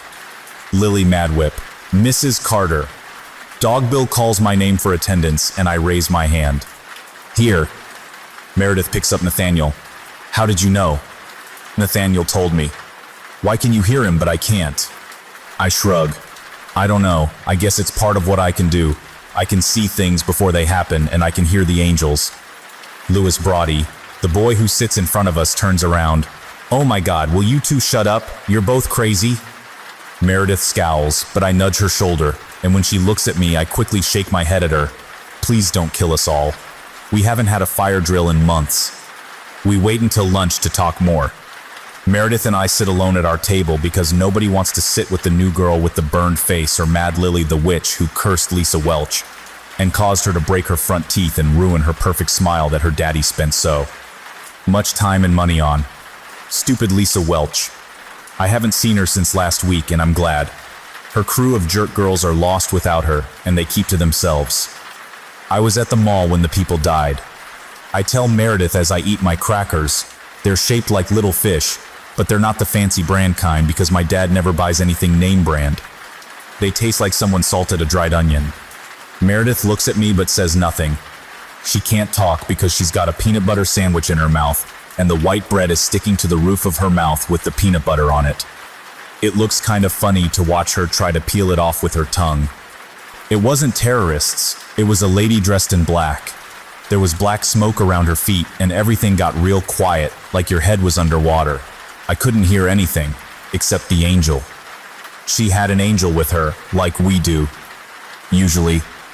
Oh, Paskar. Mim? Meredith says. That means yeah, in peanut butter mouth. I didn't see it on her, but it spoke to me. It told me just to run, and that we couldn't be close because it was bad. And then the pet store got wiped out. Just everything died. I clearly have her undivided attention because she stopped chewing and just stares at me with bug eyes. I'm kinda glad she stopped chewing because she smacks her mouth a lot, and I was ready to stick the carrot sticks my dad packed into my ears. They don't fit though because he cuts them into triangles, and I actually tried that once and the pointy edge of the carrot hurts. But that's a long story. That was Duma, Nathaniel says. Yeah, that's right, that was the name. Then I realized Meredith didn't hear what he said. Duma. The angel said its name was Duma. Duma is silence, Nathaniel tells me. Duma is retribution for the wicked. I have no idea what that means. I tell Nathaniel. Meredith just sits there looking perplexed. It must be confusing not hearing half of a conversation. I feel like I should repeat what Nathaniel says, but then to me it'd sound like an echo, and to others it'd look like I'm talking to myself. The lunchtime monitor, Miss Grayson, already gave me a funny look just a moment ago. Duma collects the souls of bad people. Fine. I can't take Meredith not knowing what's going on. Besides, she might get angry that I'm having a secret conversation with her melted Barbie and burn the whole school down.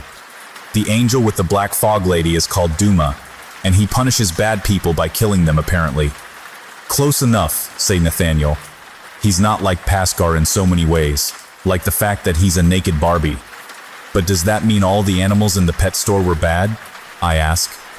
Meredith shrugs and finishes chewing her sandwich. Maybe they peed on their owners. I don't think peeing on someone when you're a pet makes you a bad person. Maybe if you were a person, that'd be different. Nathaniel interrupts. When two of you come within close proximity. What? Of each other. It amplifies. Stop, Jesus Christ. Why does your angel have to talk like he's a scientist in a sci-fi movie? Meredith pats Nathaniel. Because he's smarter than your angel. I doubt that. Paskar knows everything. Yours doesn't know some stuff. Like what? Like how to use words. I know what they mean. I don't want to get into this. I shove 6 carrot sticks in my mouth to end the conversation. The bell rings for recess and we go outside. Most of the other kids run over to the black charred tree that Meredith burned. There are a couple teachers standing guard, and the whole spot is taped off. There's water and some sort of foam, probably from a fire extinguisher, all over the trees, branches, and trunk. This was because you and Meredith are too close to each other, Nathaniel says. Meredith looks at the crowd around the tree. Someone gets past the tape and calls out that it's still hot, and a teacher grabs him and drags him away. What do you mean? I ask Nathaniel. Just like you say happened at the mall. Each of you has an ability.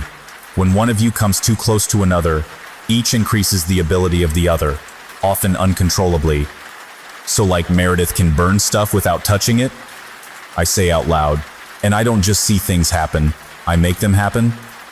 What? Meredith asks. Exactly. And Duma causes silence and death. Why didn't Paskar tell me about this? Nathaniel says nothing. Meredith realizes I'm talking to her Barbie without her. She hugs it and backs away. Tell you about what? We gotta be careful if we're going to be friends, I say. I make you able to set fire without touching things, and you make me able to affect what happens. At least that's what he says. I point at her doll. What about the Doomer Death Angel lady? Nathaniel corrects her. Duma. I don't know. She must have been at the mall looking for a bad person. I think she was confused about what was going on and saw me, and saw I could see it too, but didn't understand what was happening. Kinda like you burning things and me making Lisa break her teeth. We didn't understand. This is all way too much for me to deal with in a day.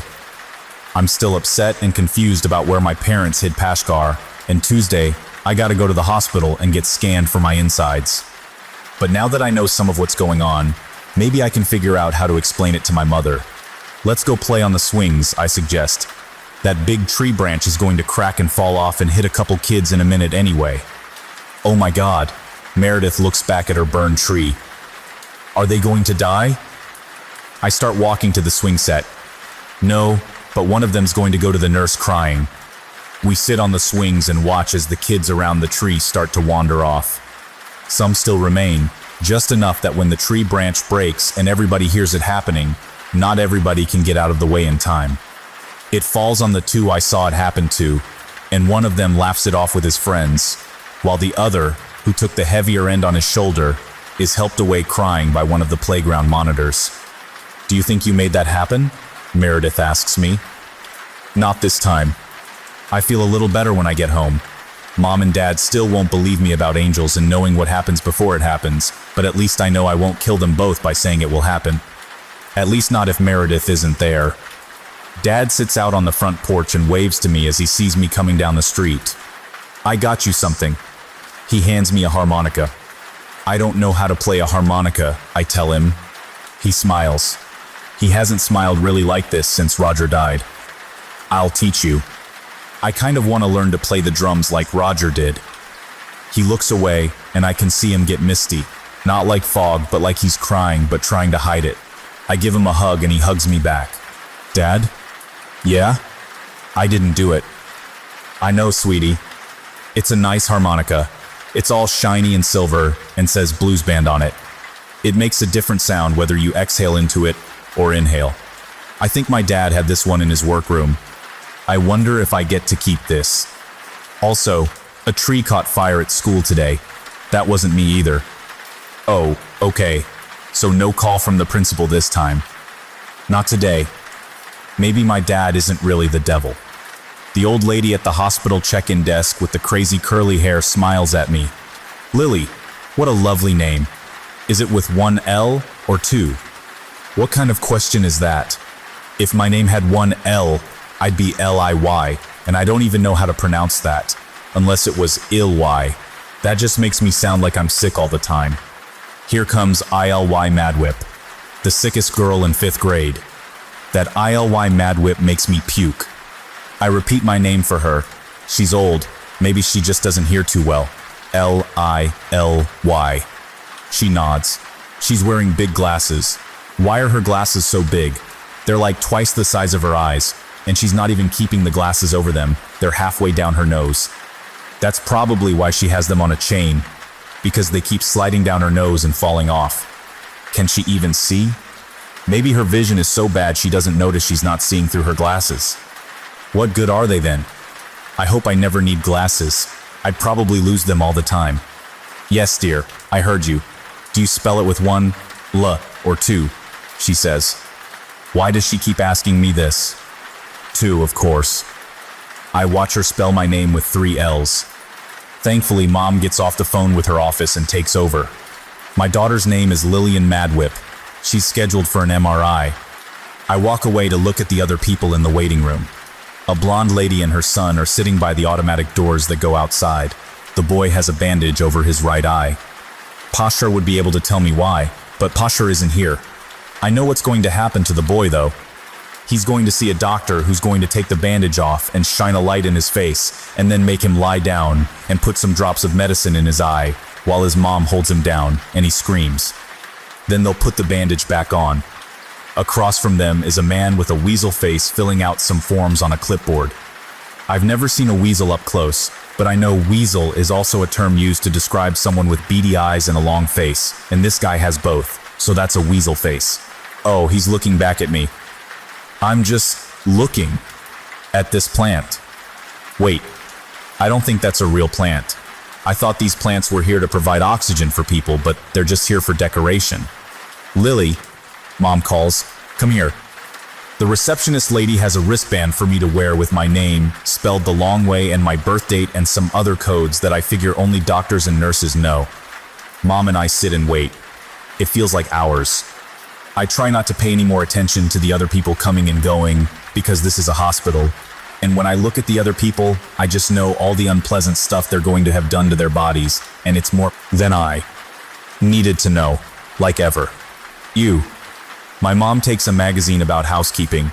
That's not actually an interest of hers, but she likes to pretend it is. She's probably going to look at pictures of other people's homes and then silently judge my dad for the ways our home doesn't look like them, and he's there all the time. But he digs up all my dead pets and weeds her garden and writes dirges, so he's not just sitting on his butt all day. I wonder if he's sitting on his butt right now while we're at the hospital. I flipped through a magazine about science. Some photographer got really close to monkeys and took photos of them doing monkey stuff. Apparently you can get a job just squatting in the jungle taking pictures of animals. I want a job like that. Maybe I'll save up my money and buy a camera and start taking pictures of animals. Or I could be one of those photographers who takes pictures of crime scenes. The monkeys in this magazine story look really happy that this photographer is hanging out with them. I glance up from my monkey article and see the weasel-faced man staring at me from the far corner of the waiting room. He looks back down at his forms, then scribbles some more stuff before taking the clipboard over to the lady with the enormous glasses. I watch him because he's got suspicious written all over him. But then I see that in a while he's going to be talking to some doctor in a big white coat like all doctors have, and they're going to go off to an office and talk about grown-up stuff. So I start singing to myself in my head to stop knowing what's going to happen. Weasel guy turns around and looks at me again. I imagine him with whiskers, and then realize I'm staring, and remind myself to blink and go back to my monkeys. I guess it's not his fault he was born with a face like a weasel anyway. Eventually, a big lady with really short, black hair calls us in. She's wearing a green hospital uniform. "Mrs. Maddock, we're ready for Lillian." It's Mad Whip. I tell her. I put my monkey science magazine back and follow Mom and the nurse through the swinging doors. The hospital is like a maze. Halls go down other halls, and there's dead ends that are offices and closets. I bet the center of the hospital is where the Minotaur lives. That's a monster from an old story we read about in school. It lived in a giant maze, and people would go in the Minotaur's maze and get lost, and then it would eat them. A Minotaur is like a human, but with a cow for a head. Not a whole cow, just the head. We get to a little room with a bed that they cover in paper because of germs. There's a paper dress folded up on the table. Hospitals love paper. "You need to change into this gown, sweetie," the nurse tells me. "And any jewelry or metal piercings need to come off." That's because an MRI uses magnets. Mom told me about it before we got here. Big, powerful magnets that will rip any metal right off you. I bet if a Minotaur got an MRI, it would pull the metal ring out of its nose. Why do cows get nose rings anyway? Maybe it's only the punk cows. I don't have any jewelry or piercings, so I should be fine. But I brought a bunch of quarters in case things get bad, and I have to pay to the swear jar. They're a little sweaty from me holding them because I got no pockets. Mom holds them for me. After the nurse leaves, I change into the paper dress and wait on the table, swinging my feet because there's nothing else to do. Mom is quiet, probably because she's worried about the results. She thinks they're going to tell her my head is full of nothing but tumors, but I know that's not going to happen because my head is not nothing but tumors. "When do I get Pascar?" I ask. Mom looks up. "If you behave yourself, when we get home, we'll discuss your toy." I see what she did there. She didn't say I was getting him back when we got home. She said we'd discuss him when we got home. You said I could have him when this is over, not discuss him. We'll talk about it when we get home.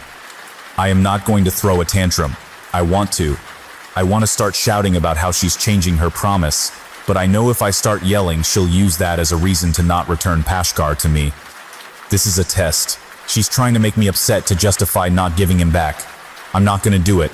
So I just stare at her and think the tantrum. Mom stares back. I imagine she's getting the images I'm sending her with my brain, and it makes me smile. She smiles back. The lady nurse in her green uniform returns and asks my mom questions about my health, including whether I'm pregnant. Then she tells me it's time to go, so I give Mom a hug because I know she's scared, and follow the nurse down hall after hall until we get to a huge room where a giant machine is. That must be the MRI. It looks like something out of a science fiction movie, with a table for me to lay on and get shot into another dimension through this giant metal donut. Or maybe it's going to turn me into a donut. I would be the worst tasting donut. Probably jelly-filled too. I hate jelly-filled donuts.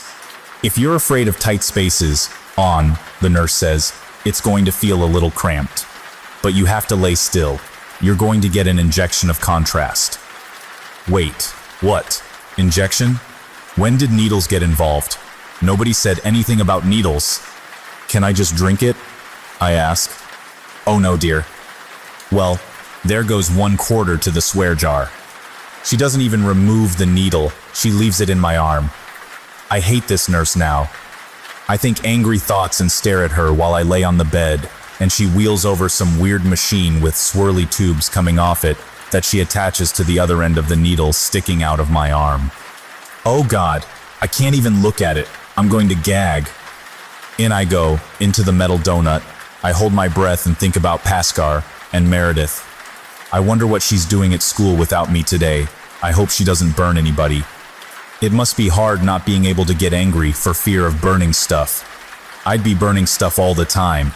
My arm feels really warm. I wonder why the lady in black was hanging out at the mall. There's way too much stuff going on all at once. I feel like my head is going to explode. Maybe I really do have a tumor. The MRI machine is super noisy. It sounds like someone banging metal grocery carts around. Dad calls those bass carts because they're like a basket and a cart, but Mom hates it when he uses that word. I call them base carts when I want to annoy her. Oh my God, how long am I going to be in here? I thought the waiting room was a long time, but at least I had the Monkey Science magazine to read. I wish there was something to read or watch, but there's nothing. Finally I come out, and it's all over. I'm about ready to claw this thing out of my arm, but the nurse pulls it out for me and puts a bandage over the spot. I can see the hole they poked in me. She has me sit in a wheelchair and takes me out into the hall. I can walk. Just relax, she says, and then stops, parks my chair off to the side, and walks off into what I think is one of the dead-end office rooms. Why did she leave me here instead of taking me back to the room where my clothes are? She didn't even tell me if she was coming back. Am I supposed to do something? I don't even know where I am right now. I feel kinda lightheaded too. Oh no, they found tumors, didn't they? And what are you doing here? Comes a man's voice from behind me. I turn my head to see who it is. It's the weasel-faced man from the waiting room. He's looking at me and smiling. I don't know him, so I don't say anything. I blink so he doesn't think I'm staring, and then look back to where the lady nurse just disappeared. I can hear him walking over to me because his shoes make a clop-clop sound with each step. He stops right beside me. Lily Madwhip, he says. Don't look back. He probably heard you give your name in the waiting room. I'm sorry, Lillian Alexandra Madwhip. What? Oh no, he knows my full name. No, that doesn't really give him power over me, that's just a thing I thought about. But how does he know my middle name? Maybe it was written down on one of the forms my mom filled out. I can feel him looking down at me. He's really tall and then thin, but all I really notice is he's got boots with pointy toes on because I'm not gonna look up at him. I'm just gonna stare at this floor and maybe he'll think I'm asleep or something. Oh right, I just looked at him a moment ago. Maybe I have that disease where you just fall asleep suddenly. I could start snoring. Oh, you're not supposed to talk to strangers. My name's Felix. Do you want to know my last name? Maybe I don't have one. Would that surprise you? I am a statue. I am a statue. I'm not really here. I know what would surprise you. What if we talked about Paskar? I finally look at him. He grins down at me. Even his teeth look like weasel teeth. I can't help thinking it. His last name must be Weaselman. Felix Weaselman. How does he know? How do I know about Paskar? He glances down the hall. I think he's trying to make sure nobody's coming. He scares me. He's reading my mind. What am I thinking now? Potatoes. Just because. Potatoes. Read that, Felix Weaselman. No, I'm not a mind reader. I just know people well, and I know all their secrets. Do you know where Paskar is? I whisper. I'm afraid of speaking in full volume. I don't know why. I almost don't want him to hear me. I just want the nurse to come back and wheel me back to my mom. Mom knows where Paskar is. Felix kneels down next to me and puts a hand on the arm of my wheelchair. Even his fingers look like weasels. Not like weasels, but weasel fingers. Not that weasels have fingers. I guess they do, sort of, but not like human fingers. If a weasel turned human, I think it would name itself Felix Weaselman and start terrorizing little kids at the hospital. Oh no, that must be what this is. I'm sorry, Lily. I don't know where Pascal is, but I know about him. And you see things before they happen, don't you? Who are you? I ask. He's not a doctor, that's for sure. He's wearing a long coat with fur on the edge of it. I bet it's weasel fur. Oh my God, everything about this man is weasels. I told you, I'm Felix. I'm like you, Lily. He grins his weasel teeth at me. I half expect him to have a long, thin mustache and twirl it with his fingers like in cartoons. I have a gift, just like you, and a totem that connects me to the divine. I don't know what that means. He reaches into his pocket and pulls out a silver locket on a chain. I bet that thing would have ripped right through his coat if he went in the MRI. There's a hook on the side of the piece, and he unlatches it, and it opens. Inside is a photo of a boy. He's got short brown hair like someone held a bowl over his head and just cut around the edge. He's smiling, and his teeth kind of look weaselish, even for a kid. This is my son, Joseph. You can call him Joey. Hi, Joey. I say to the boy in the locket. Felix snaps it shut. He can't hear you, unfortunately. He passed away some months back. He sounds sad as he says this. Kinda like my dad when he talks about Roger. But you know who can hear you, Lily? Raziel. He's my connection to the divine. What does that mean? He's my angel, like Pascal is for you. Why don't you say hello to Raziel? I say hello to Raziel in my head. There's no response. I look at Felix and he's watching me really closely, like he's expecting me to say something. What kind of angel is Raziel? I ask him. He holds the locket up to my face. Why don't you ask him yourself, Lily? Raziel. Are you an angel? I ask the locket. There's no response. Felix stares at me. So what did he say? What's Raziel the angel of, Lily? I don't know, I whisper. I feel frightened. I don't know what's going on or if anything Felix is telling me is true. He's not talking to me. Maybe this is some secret test my mom organized to see if I really believe in angels. Felix stands up and puts the locket back in his coat. He doesn't talk to me either. Not that he could. But I know he's there. That's my gift. I know things. Not things like Pascal knows. I can't see the future like you, but I know everything else. I know the things people don't want me to know. I know secrets. I don't have any secrets. I don't think I do anyway. I'm an open book. Honestly, I tell people all my secrets and most of the time they don't even believe me. Felix steps back and I realize just how close he had gotten to me that whole time.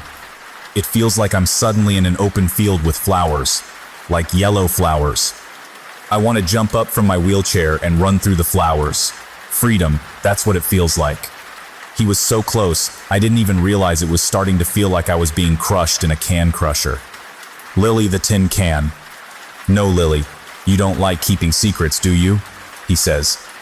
I'm going to be honest with you too. I'm not from around here. I used to travel all over.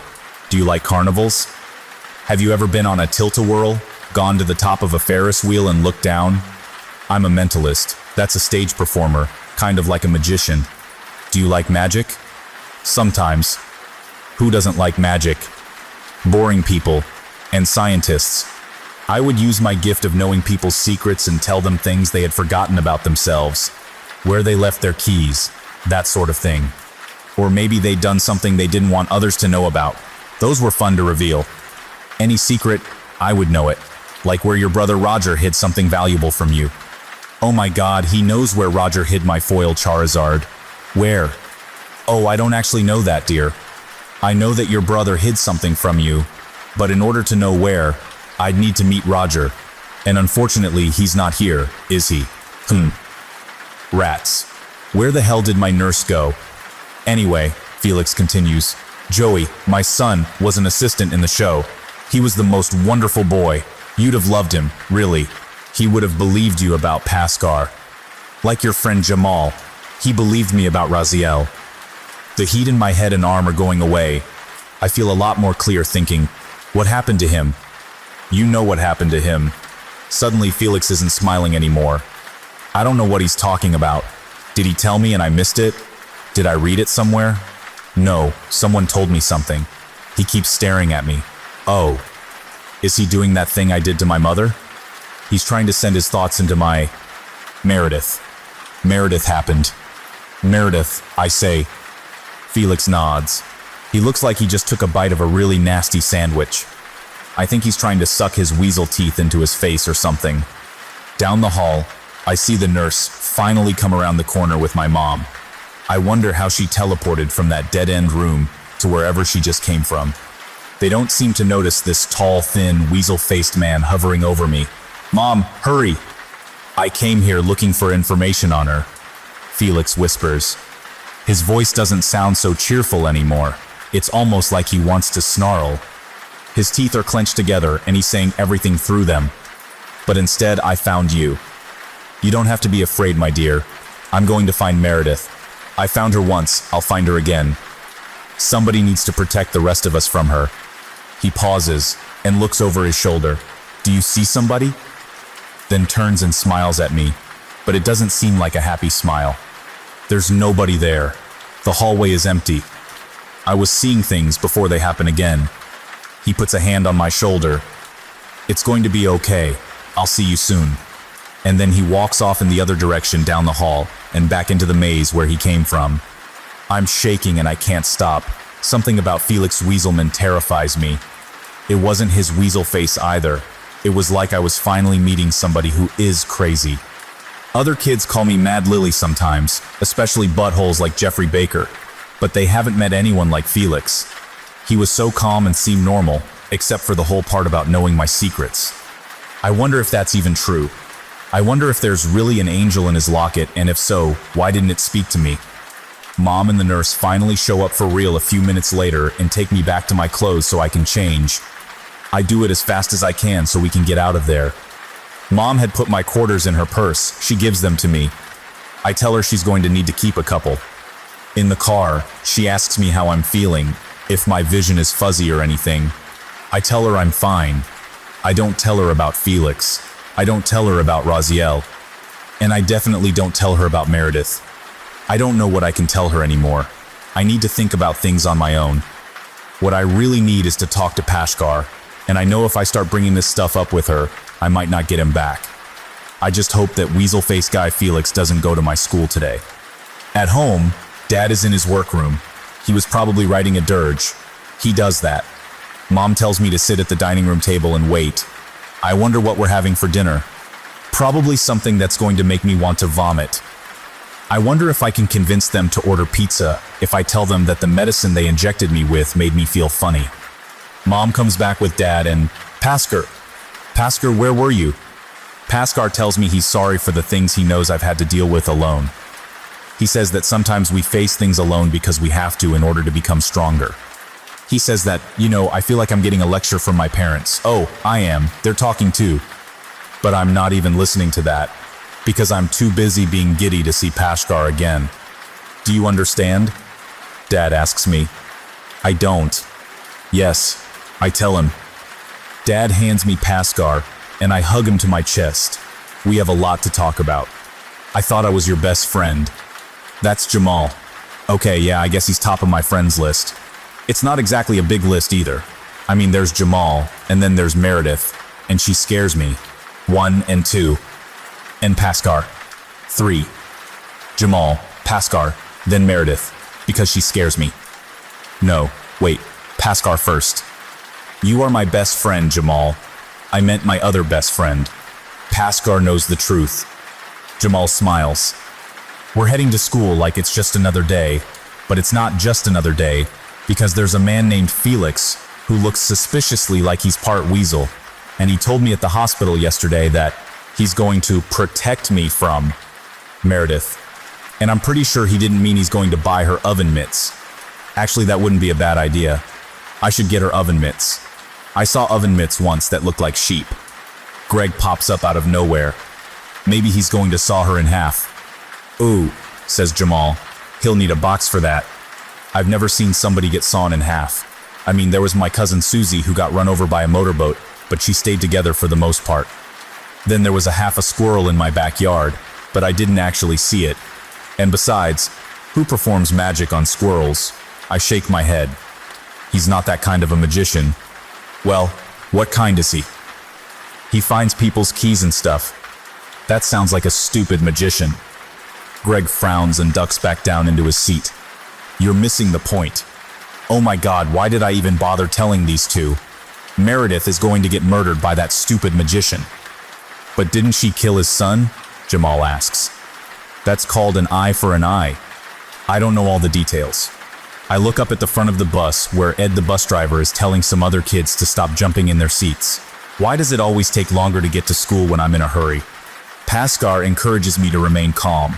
One of the things he told me last night was that brash action can lead to tragedy. I looked up some of the words, and apparently that means that if I'm too confident, then a really sad play is going to be performed. I don't think that's entirely what he meant, but I got the point. What if Meredith stood out in the middle of the playground so she could see the magician coming from any direction? And then if he showed up, she just set him on fire, Jamal suggests. This sounds like a good plan, but I'm sure there are things about it that I'm not considering. That's how it always works in Scooby-Doo. They come up with a plan, and then it backfires because of something they didn't think of, or because someone got hungry. I'm hungry. I had a waffle for breakfast, but it wasn't fully cooked because the toaster was on too low a setting. But I didn't want to complain and have my dad roll his eyes at me, so I just ate it, but it was icy in the middle. Greg pops up again. What if he just shoots her? That's a good point. He could be a marksman with a rifle for all I know. Hell, he could have the nuclear launch codes and bomb us. I can't let all the possibilities clog my brain though. I just have to warn Meredith and let her decide what to do. Honestly, Jamal remarks, you should tell an adult. Dear adults, my friend Meredith, who scares me, can burn things with her mind. I know this because I can speak to angels like the one in my doll. A crazy magician who finds people's keys wants to kill Meredith because somehow, she burned up his son with her powers. No, I don't know when or how exactly. Yes, I'll hold. Oh, that's a lovely jacket. Yes, I'd like to try it on. The sleeves tie in the back? How nice. Where are we going? Jamal sees me staring off into space blankly. I mean, can't she just show them she can burn stuff? He asks. Greg chimes in. And then they can take her to a secret lab and cut her open and see how she works, like they do to aliens. He looks at me. And you too. Yeah, no. I blink. There's the school ahead. I need to do this without them finding out about Meredith's ability. If she wanted people to know, she'd have shown an adult, I think. It's not my business to reveal it if she doesn't want people knowing. That's called, I don't want to be dissected. And I've thought about it a lot. We pull up to the school and I shove past everybody to get to the front and off the bus, making sure to say goodbye to Ed, of course.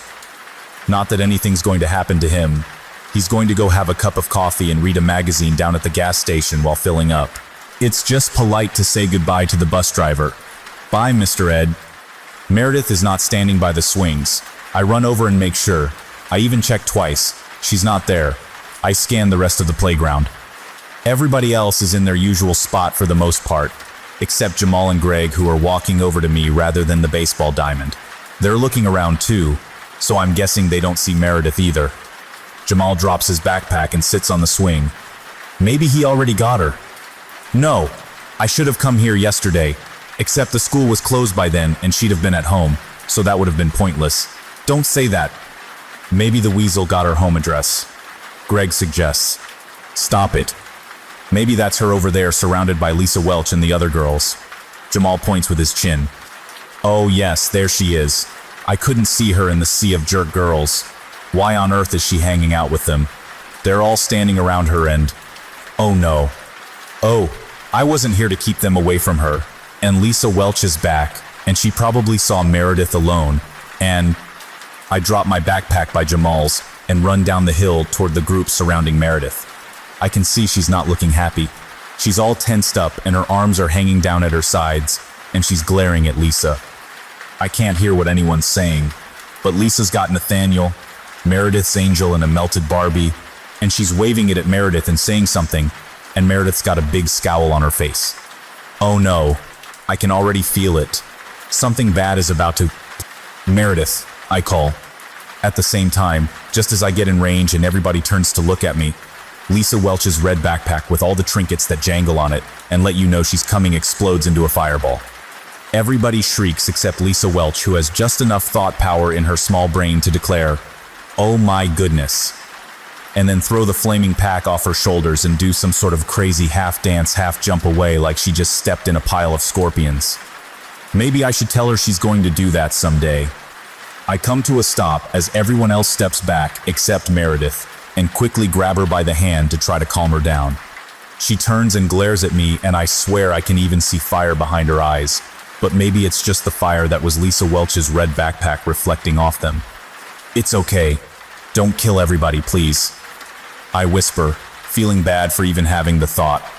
I don't want her to think I think she's a killer, but she kind of is. I mean, she's burned up, what, 3 people already? I try to make my expression look like I'm half joking, so maybe she won't think I'm genuinely scared that she'll set me on fire. I can't tell if it works. I am genuinely scared she will set me on fire. Mr. Longbow appears out of nowhere with one of those red fire extinguishers like you see in movies. I've always wanted to see someone use one in real life, so I watch, wondering if it's safe to breathe or if I need to cover my mouth. He sprays the roasting red backpack with foam, while the rest of the playground pours toward us, everybody chattering about what just happened. What just happened? Mr. Longbow says in his real angry voice, which is just a tad bit quieter than his pissed off voice, but much louder than his regular voice. Lily Madwhip tried to set Lisa on fire. This rumor begins immediately being passed among the other kids. Mr. Longbow sets his gaze on me. "What? No, I didn't. Her backpack just caught fire." Somebody snorts. I think it's Greg. Mr. Longbow sets the fire extinguisher down and puts his hands on his hips in that way. Adults express that they're waiting for you to say something, and they're not going to say anything until you do, but they will get increasingly agitated if you don't. I throw my hands up. I don't even have anything on me. I just got here. Meredith finally speaks. "It wasn't her, sir. It was me." "Oh, okay. Well, I guess we're doing this now." This is good, actually, because for all I know, Felix is sitting in the bushes nearby with a sniper rifle aimed at Meredith's head. "Yes, let's get her off the playground, please, Mr. Longbow. That's a nice tie, by the way. Did you buy it yourself? It really is a nice tie, actually, now that I'm looking at it." I'm not even an expert on ties. Mr. Longbow picks up the fire extinguisher. "Both of you come with me." Lisa looks slightly paralyzed by fear. I think she's finally starting to comprehend that there was a fireball strapped to her back just a minute ago, and the only reason she's not a charred corpse we're all standing over playing whodunit is because of some primal instinct to remove the fireball before it engulfed her, and that the person who nearly burned her alive was the girl she just pissed off by doing something mean with her Barbie doll. It's like stealing someone's Barbie and then finding out, oh, that's Charles Manson, the serial killer's Barbie. "You too, Miss Madwhip." I snap back to attention. "Wait, what? I had nothing to do with this." Mr. Longbow cocks his head at me and gives me a strange expression. "Didn't you?" I think for a moment, number. "Well, you're coming anyway." He holds up one finger to make it clear that nobody is to say another word. Then he points it toward the school to make it clear we need to start marching in that direction. "Mr. Longbow, you're going to get us both killed. And Lisa too, probably. I mean, that might not be so bad. Things would be nicer if she were dead. But I'm sure kinda attached to myself not being a crisp. Can we maybe meet separately?" Apparently the answer is no. Lisa Welch, Meredith, and I are marched straight into the school, down the hall, and into the principal's office. Lisa looks pale as paste. Her mouth looks a little crooked, probably from falling on her face last week. She keeps her lips shut tight, so I can't see what happened exactly to her daddy's precious teeth, but I've heard there's a big chip, and she's going to have to get work done. Meredith just looks like Meredith, which is to say ghoulish. Not because of the burned half of her face, just because she looks like she never sleeps anymore. Maybe she doesn't. I imagine if I were Meredith and I went to bed and burned my house down with my parents inside it in my sleep, I'd have trouble going back to Snoozeville too. She's got an expression I can't figure out right now. Kind of a mix of determination and annoyance. Mr. Longbow looks normal, by which I mean angry and bald. He sits at his desk with all his eagle paintings surrounding us. I wonder how many exactly he has. I hope he isn't too attached to them, because if Meredith flares up, I think they're going to be one of the first things to go, and then us. Hopefully Lisa first. Just because if I'm going to die, I kind of want to see her go before it happens. I know, that's a little mean, but Paskar isn't here to lecture me about it. We all sit down, and he sits at his desk in his big swiveling chair and stares at us. Somewhere else the bell rings, meaning school is in session. Kids are going to be coming inside soon. The number of possible casualties just went up. This is not how we start the morning, girls. Mr. Longbow says grimly. Who wants to begin? I don't think he really knows any other way to ask things, actually. I wonder what it's like to watch a comedy movie with him. Maybe he's never seen one. He should watch one. Except then if he started laughing, he might panic because he wouldn't know what was going on. Lisa begins. We were just trying to get Meredith to play with us, and then Lily came over and did something and my backpack exploded. Mr. Longbow turns his angry stare at me. Didn't we already go over this outside? I ask. Also, I think I smell gas, Mr. Longbow. Can we maybe do this in separate rooms? Quiet. Meredith speaks up again. She sounds a bit hoarse, like she was yelling all morning or something. Maybe she was yelling internally. Would that affect your voice? No, that can't be right. I'd be hoarse all the time. I told you I caused the fire. It was me. Lisa took my something of mine and wouldn't give it back. She and her friends ganged up on me and I got angry, and the backpack caught fire because I was angry. We all sit there for a moment. I imagine Lisa and Mr. Longbow are trying to work all that out in their heads. I understood what she was saying, but if you don't know what's up with Meredith and her ability to set things on fire, especially when I'm nearby, it might not make as much sense. Mr. Longbow leans back and rubs his bald head. I wonder what that feels like. I don't want to shave my own head because I like my hair, but I bet it'd be fun to run my hand over it if I did. The backpack caught fire because you were angry, Mr. L repeats. Yes, Meredith hangs her head. I feel bad for her. Poor Meredith. I'm totally getting her oven mitts. I'm going to do it.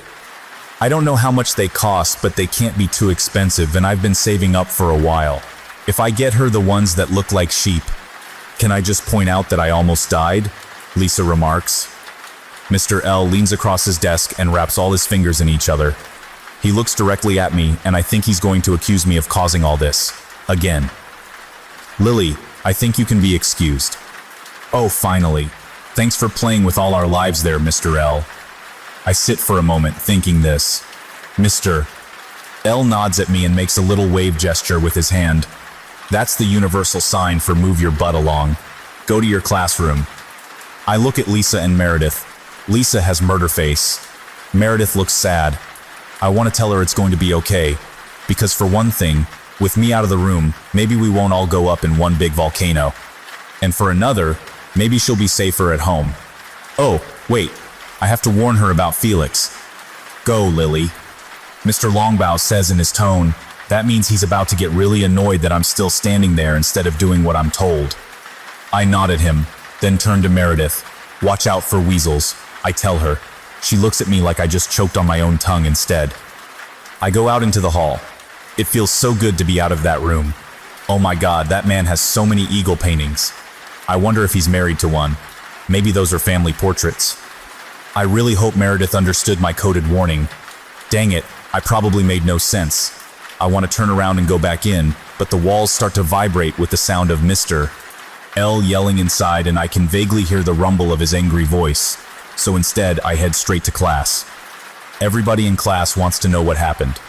Lisa's crew of jerk girls look concerned, like they saw her carted off on a stretcher or something. Even Louis Brody, who sits in front of me, seems worried. What happened? He asks. Meredith and Lisa are getting suspended. I know it. I see the office clerk come in and hand Mrs. Carter Dogbill the note, explaining it, and she's going to let the rest of us know. Of course, that happens about 30 minutes from now, so I can't tell Louis that. Oh no! I left my backpack with Paskar in it outside by the swings. I'm going to have to wait until after lunch to get them back. I hope nobody steals them. I just need to remind myself that Paskar always comes back to me. Pascal is out there doing his thing. He'll be there when I go back out. Sure enough, a half hour later, the office clerk shows up, and we're all told that Lisa and Meredith won't be back for 3 school days each. And there's going to be an assembly in the cafeteria planned on fire safety next week. Oh yes, that'll help us when Lisa finally sets Meredith off completely. Single file, children. Hope that the angry fire girl allows you safe passage. I just hope Felix doesn't show up for that. Or maybe that would be the perfect time for him to show. I stare out the window at the parking lot. I wonder if I'll see Meredith's foster family pick her up. It'd be good to know what they look like or what their car looks like. I'll bet when Lisa returns, she'll have a new red backpack as if nothing ever happened. Stupid Lisa. She's going to be her own flaming death. I'm not going to say that though, especially around Meredith. Speaking of assemblies, Mrs. CD finishes writing something on the board I can't even read because it's in cursive. I know this is rather impromptu, but we're going to be having one today about general safety. We groan. I hate assemblies. You have to sit in assigned rows, and I'm always in front of some boy from 3rd grade who likes to kick the back of my chair and throw wads of paper in my hair. I don't even know his name, so I just call him the little twerp. I don't really know what a twerp is. It sounds like noise a rubber band makes. We file down the hall an hour later to fill the cafeteria in our stupid assigned seats. I wonder where they hide these fold-out chairs the rest of the time. There must be a room just full of folded-up chairs that they use. I'm still worried sick about Meredith and Pascal. He knows I'll be back out after lunch, but it must be lonely sitting in my backpack with nothing to do or nobody to talk to. Maybe he can use his articulated limbs and go running off on an adventure. I hope it doesn't rain. Oh right, Meredith is being hunted by a psycho. I should probably focus on that. In fact, I'm so focused on worrying about Meredith getting shot with a sniper rifle by a man with a weasel face that I'm not even listening to what the actual assembly is about. Mr. Longbow is standing up front, and he's got some guest speaker I can't quite see. Maybe if I were sitting in the front row, I'd be able to hear what they're saying, but I'm in the 3rd to last row in front of this little twerp who's kicking my chair. Everybody gets quiet, but Mr. L can't quite be heard still. His microphone must not be working because it sounds like he's just speaking as if the only people that need to hear him are up front. I barely catch him say, "Please say hello to Officer Flores." He gestures to the person behind him. Everybody claps, I think. My head feels like it's ringing, or swollen. Why do I feel dizzy? I look down at my feet. I can't really see them. Lily, you okay? It's Mrs. CD standing down the row looking at me. Her voice seems to cut through the moment. Someone must have nudged her or told her I looked sick. I don't feel sick. I just feel weird, lightheaded, and confused as to why I can't see my feet. It's like the floor is fading away. The guest speaker steps forward to the podium where Mr. Longbow was a moment ago with the mic that wasn't working. It hums, but now it works. It works for her. She clears her throat and says hello. Lily? Mr. Carter. Dogbill sounds like she's talking to me through a door. I can't see my feet. My voice is caught in my throat. Her next question is muffled. I don't even know what it is. The ringing in my ears is becoming a shrill screech. It won't stop, and it feels like my head is about to burst. But then it stops. It all stops. Every sound stops. Lily? Mrs. CD puts her hand on my shoulder. Other kids are turning to look at me. Do you see it? I whisper. See what? I can't hear myself, but I know in my head I'm speaking. The fog. I look up at the podium where the lady in black stares back at me in her police uniform. Someone in the audience starts coughing. This is the teacher's lounge, Lily. That's Nurse Whitmore. At least I think it is. It sounds like her. She's been the school nurse for 2 years. Before her, we had Nurse Faye, who never believed anyone was sick. She'd just take our temperature and then tell us we were fine and send us back to class. One girl, Janie, went to see her because she felt nauseated. Nurse Faye sent her back to class, and she ended up turning into a human fountain in the middle of social studies. It was gross. I sit up and look around. I've never been in the teacher's lounge before. Students aren't usually allowed in here. I heard that if a student goes into the teacher's lounge, they come back missing a finger. I've never known anybody who did it. Obviously, everybody I know has all their fingers. There's a big coffee pot with cups over by a sink and a bunch of tables with chairs. Nobody else is in the room with me and Mrs. Whitmore. What happened? I ask. Nurse Whitmore smiles at me in that way that says, I feel bad for you, but I'm happy thinking about it. You fainted in the middle of the school assembly, dear. That's right. The lady in black was apparently our guest speaker, and then the black fog was all over my feet and somebody started coughing. Oh no, the angel of death was the guest speaker. I feel like I can still see the smoke that surrounded her, leaking into the room from the other side of the door out into the hallway. How many are dead? I dread the answer, but I need to know. Nurse Whitmore seems taken aback by the question. I beg your pardon? She says, how many are dead? Nobody's dead, Lily. You just had a fainting spell. It can happen. There wasn't a gas leak or anything. But I heard coughing. I remember just before everything seemed to go black, like the smoke was covering my eyes completely, there was someone coughing in the crowd. Nurse Whitmore touches her cheek kind of in the same way my mom touches her chin, like they're pressing enter on some search engine in their brains. Coughing. That was probably Drew Sanders. He's got asthma, sweetie, that's all. He's in my office right now. That's why we had to bring you to the teacher's lounge. I don't know Drew Sanders. I hope he doesn't die because of all this. Is he going to be okay? Oh, he'll be fine. He just needed his nebulizer. That sounds like space-age technology. What happened to the lady in black? Nurse Whitmore looks puzzled. Who? The police lady who was at the assembly. Oh, you mean Officer Flores? I'm afraid I don't know. She probably left after the assembly. Police are busy people after all. Nurse Whitmore stands up and brushes off her clothes. I guess adults get dusty a lot because they always seem to brush themselves off when they stand up. I wonder what the assembly was about anyway.